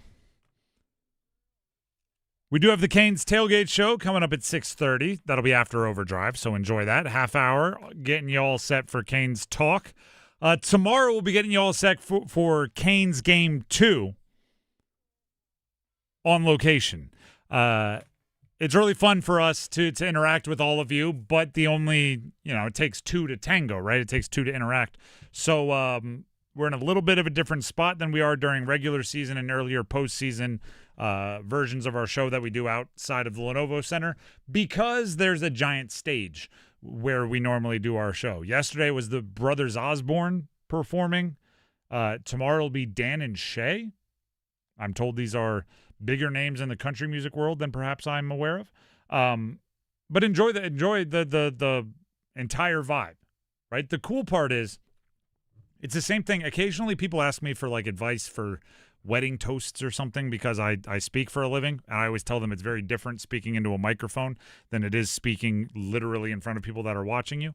But the advice I always give for weddings is everybody's there to have a fantastic time. It's like the warmest room ever, right? Everybody's in a good mood. Everybody's seeing people they haven't seen in a while. The love is in the air. Just, tell a story, make them laugh, get off the stage. Similar. If you're out there and there's a concert going on, everyone's getting ready for a Stanley Cup final game, everybody's wearing their Canes jerseys, everybody's walking around, you could see someone you don't know at all make eye contact, just throw a "Go Canes." They're going to give it right back to you. It's a vibe. So, and by the way, the watch party is also an option. Even if you can't get tickets, you don't want to spend the money on tickets, you can be a part of all of the pregame festivities. You can tailgate. You can come hang out with us. There's food trucks. There's drink vendors. There's the whole thing. Catch the concert, then sit down, watch the game as if you're in the building, but you're just outside watching on big screens with a bunch of other Canes fans. So if you're making the trek out to the Lenovo Center, we would appreciate it if your pilgrimage made a stop over at our booth and we could hang out with you for a minute or two during a commercial or something like that. We had a good time hanging out with everybody yesterday. Looked pretty packed out there. In terms of when the actual game was going on, the watch party where the stage was with the concerts were, looked pretty packed out there, which is awesome to see. The Canes posted a video. I imagine somebody was on stage filming when Ehlers scored that opening goal. It looked pretty, pandemonium. It looked pretty crazy out there, which, beautiful night, by the way, which helps with something like that, weather and everything, nice breeze. So we'll be on location tomorrow is what I'm getting at, and we hope to see many of you. Maybe I'll watch the first period out there with people. Ooh. Just to kind of take it all in a little bit. Get the experience of the whole thing? Yeah. Are you going to go to the watch party for the away games? I might, actually.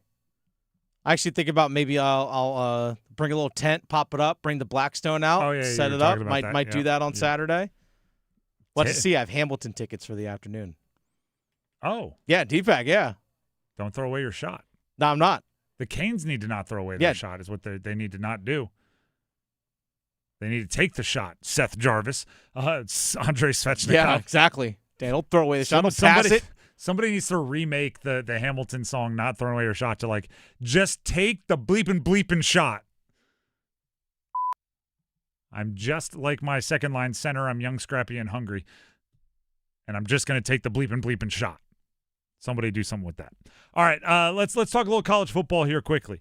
As I often do, and I explain this to you a lot, when there's college football articles that aren't specifically about one of the teams that we cover, they're maybe a list or a winners and losers or something. ESPN.com does a lot of that stuff. The first thing I do is I click on the link, I look to see how big the scroll bar is on the right so I know how long the article is. And then I start using the search function to just go like search Duke, search Carolina, search NC State, search the schools that we care about to see what they're saying, and I don't have to read about like Mississippi State. So recently there was an article. That was just one example. No disrespect to Mississippi State. ESPN put out an article titled let me read it word for word so I'm not leading any of you astray. ESPN ranking college football's top 100 newcomers of the 2026 season. And it was all about the transfer portal results, right? So it's where guys have transferred. And I searched for all the teams locally, and there was a quite harrowing trend. There were 6 players in the top 100 that were leaving or had already left a school in the state of North Carolina, transferring to a school outside the state of North Carolina. 6. There were 0 transferring from another state into the state of North Carolina. Okay? So, for example, the fourth most the fourth in the top 100 newcomers of the 2026 season, Darian Mensah, quarterback, leaving Duke, going to Miami. 26th, Caden Hauser, quarterback, leaving ECU, going to Illinois. 29th, running back, Hollywood Smothers, leaving NC State, going to Texas. 38th, Cooper Barkate, wide receiver, leaving Duke, going to Miami. 44, Terrell Anderson, leaving NC State, going to USC. 74, Jacarius Peak, leaving NC State, going to South Carolina. And none of the top 100 coming into the state. Now, that's not to say there are no transfers coming in, right? Because they all added transfers. But they are not bringing in the top line, top shelf studs. Which, by the way, I do know that it upsets South Carolina even more to say that Terrell Anderson from NC State is transferring to USC, because he's not going to South Carolina. He's going to Southern California. The real USC? And then the next one, I go Jacarius Peak, transferring from NC State to South Carolina. It's USC is USC. My point is this. I think the college football teams in the state of North Carolina, and this is one of those rare instances where I can group them all into a bunch and talk about them, right? As much as they dislike it, nobody's bringing in a top 100 transfer as it stands right now. There are so many cool things about college football in our state. There's positive momentum for certain teams, college football in our state. There's a dedication of greater resources for certain programs to college football in our state. Football will always be a Jimmy's and Joe's sport. Play callers matter a lot. Coaches matter a lot. They're not miracle workers. And in the transfer portal era, you have to do what you have to do to compete, because it is the safest way to build a roster. If you are depending on finding diamonds in the rough that other programs aren't chasing, or that you think you see something that no one else sees, that can work, but the floor is low on that type of interaction. The floor, I mean, if you go get the 6th best transfer according to all the rankers, he might not be the 6th best transfer by the end of the year, but there's a pretty good chance he'll be top 50. And just adding good starters, adding quality players is so underrated in a sport like football when you need everybody. NC State, I'll use them as an example. They managed to retain C.J. Bailey. That's pretty darn impressive. They brought in some good transfers, JoJo Trader amongst them. Like, they did a lot, but Hollywood Smothers on the way out, Terrell Anderson on the way out, Jacarius Peaks on the way out. The transfer portal was a net negative for them. And replacing that with maybe diamonds in the rough or developing guys stepping up, it's just a more difficult thing to do than letting someone else develop a player and then you bring them in. Now, can we talk elephant in the room quickly? It is a cash thing. The transfer portal, more than anything, I'd say more than even high school recruiting, is Do you have the cash to keep up with the Joneses? Do you have the offer? And the offers are growing and growing and growing, and the market is growing and growing and growing. And if you can't keep up, you can't keep up. But you have to keep up. You got to figure out a way. And I don't care if that means NC State has to commit to playing in Brazil 12 games, hoping that they cancel them all and you get the $1.5 million cancellation fee. I don't know if it's being better with your merchandise sales, if you're Duke or UNC. I don't care. I don't care if Duke football needs to find a way to let Amazon tag along to their basketball broadcast. You got to find a way to have the cash to win in the transfer portal, or else it's just going to be difficult to compete year in and year out with teams that are adding established players. High school athletes at the college level have always had a hint of lottery ticket. There are blue chippers that you really, really like and you think will be good, but there's nothing like actual college experience to make you believe that, they're going to be good at the college level. Adding a free agent versus drafting a rookie. I was thinking about this the other day. Based on the Myles Garrett trade going to the Rams and how the Rams just trade away all of their picks for established players, I'm waiting for the Sean McVay and Les Snead of college to, and maybe it's happening somewhere that I'm unaware of. Like, I'm talking take 0 high school recruits. Have a roster made up with no freshmen and sophomores. And just assemble their entire roster out of transfer portal guys that have already established themselves in the college world elsewhere, similar to what the Rams are doing, going like, yeah, once you're a Pro Bowler somewhere else, then we'll trade for you. And sure, we may have to give up more picks than we'd like to, but picks are lottery tickets anyway. We could strike out on those. So give me the guy that's definitely not going to strike out. I'm waiting for it. I don't like it, for the record, but the way it's structured, somebody's going to do it. They're just going to have a team full of juniors and seniors and redshirt seniors and COVID extra year seniors, and they'll pay for it because they got a little bit of cash. Keep the talent in North Carolina. That's the point. The Drive with Tim Donnelly, 99.9 The Fan, coming to a close. We'll talk more Canes and Overdrive, and don't forget the Canes Tailgate Show after that at 6:30, so stick around for it. Tomorrow we'll be outside the Lenovo Center. Stop out and say hi. We will see you then. Subscribe to YouTube, 99.9 The Fan. Have a good night, everybody. Evan, Canty, and Michelle are unsportsmanlike.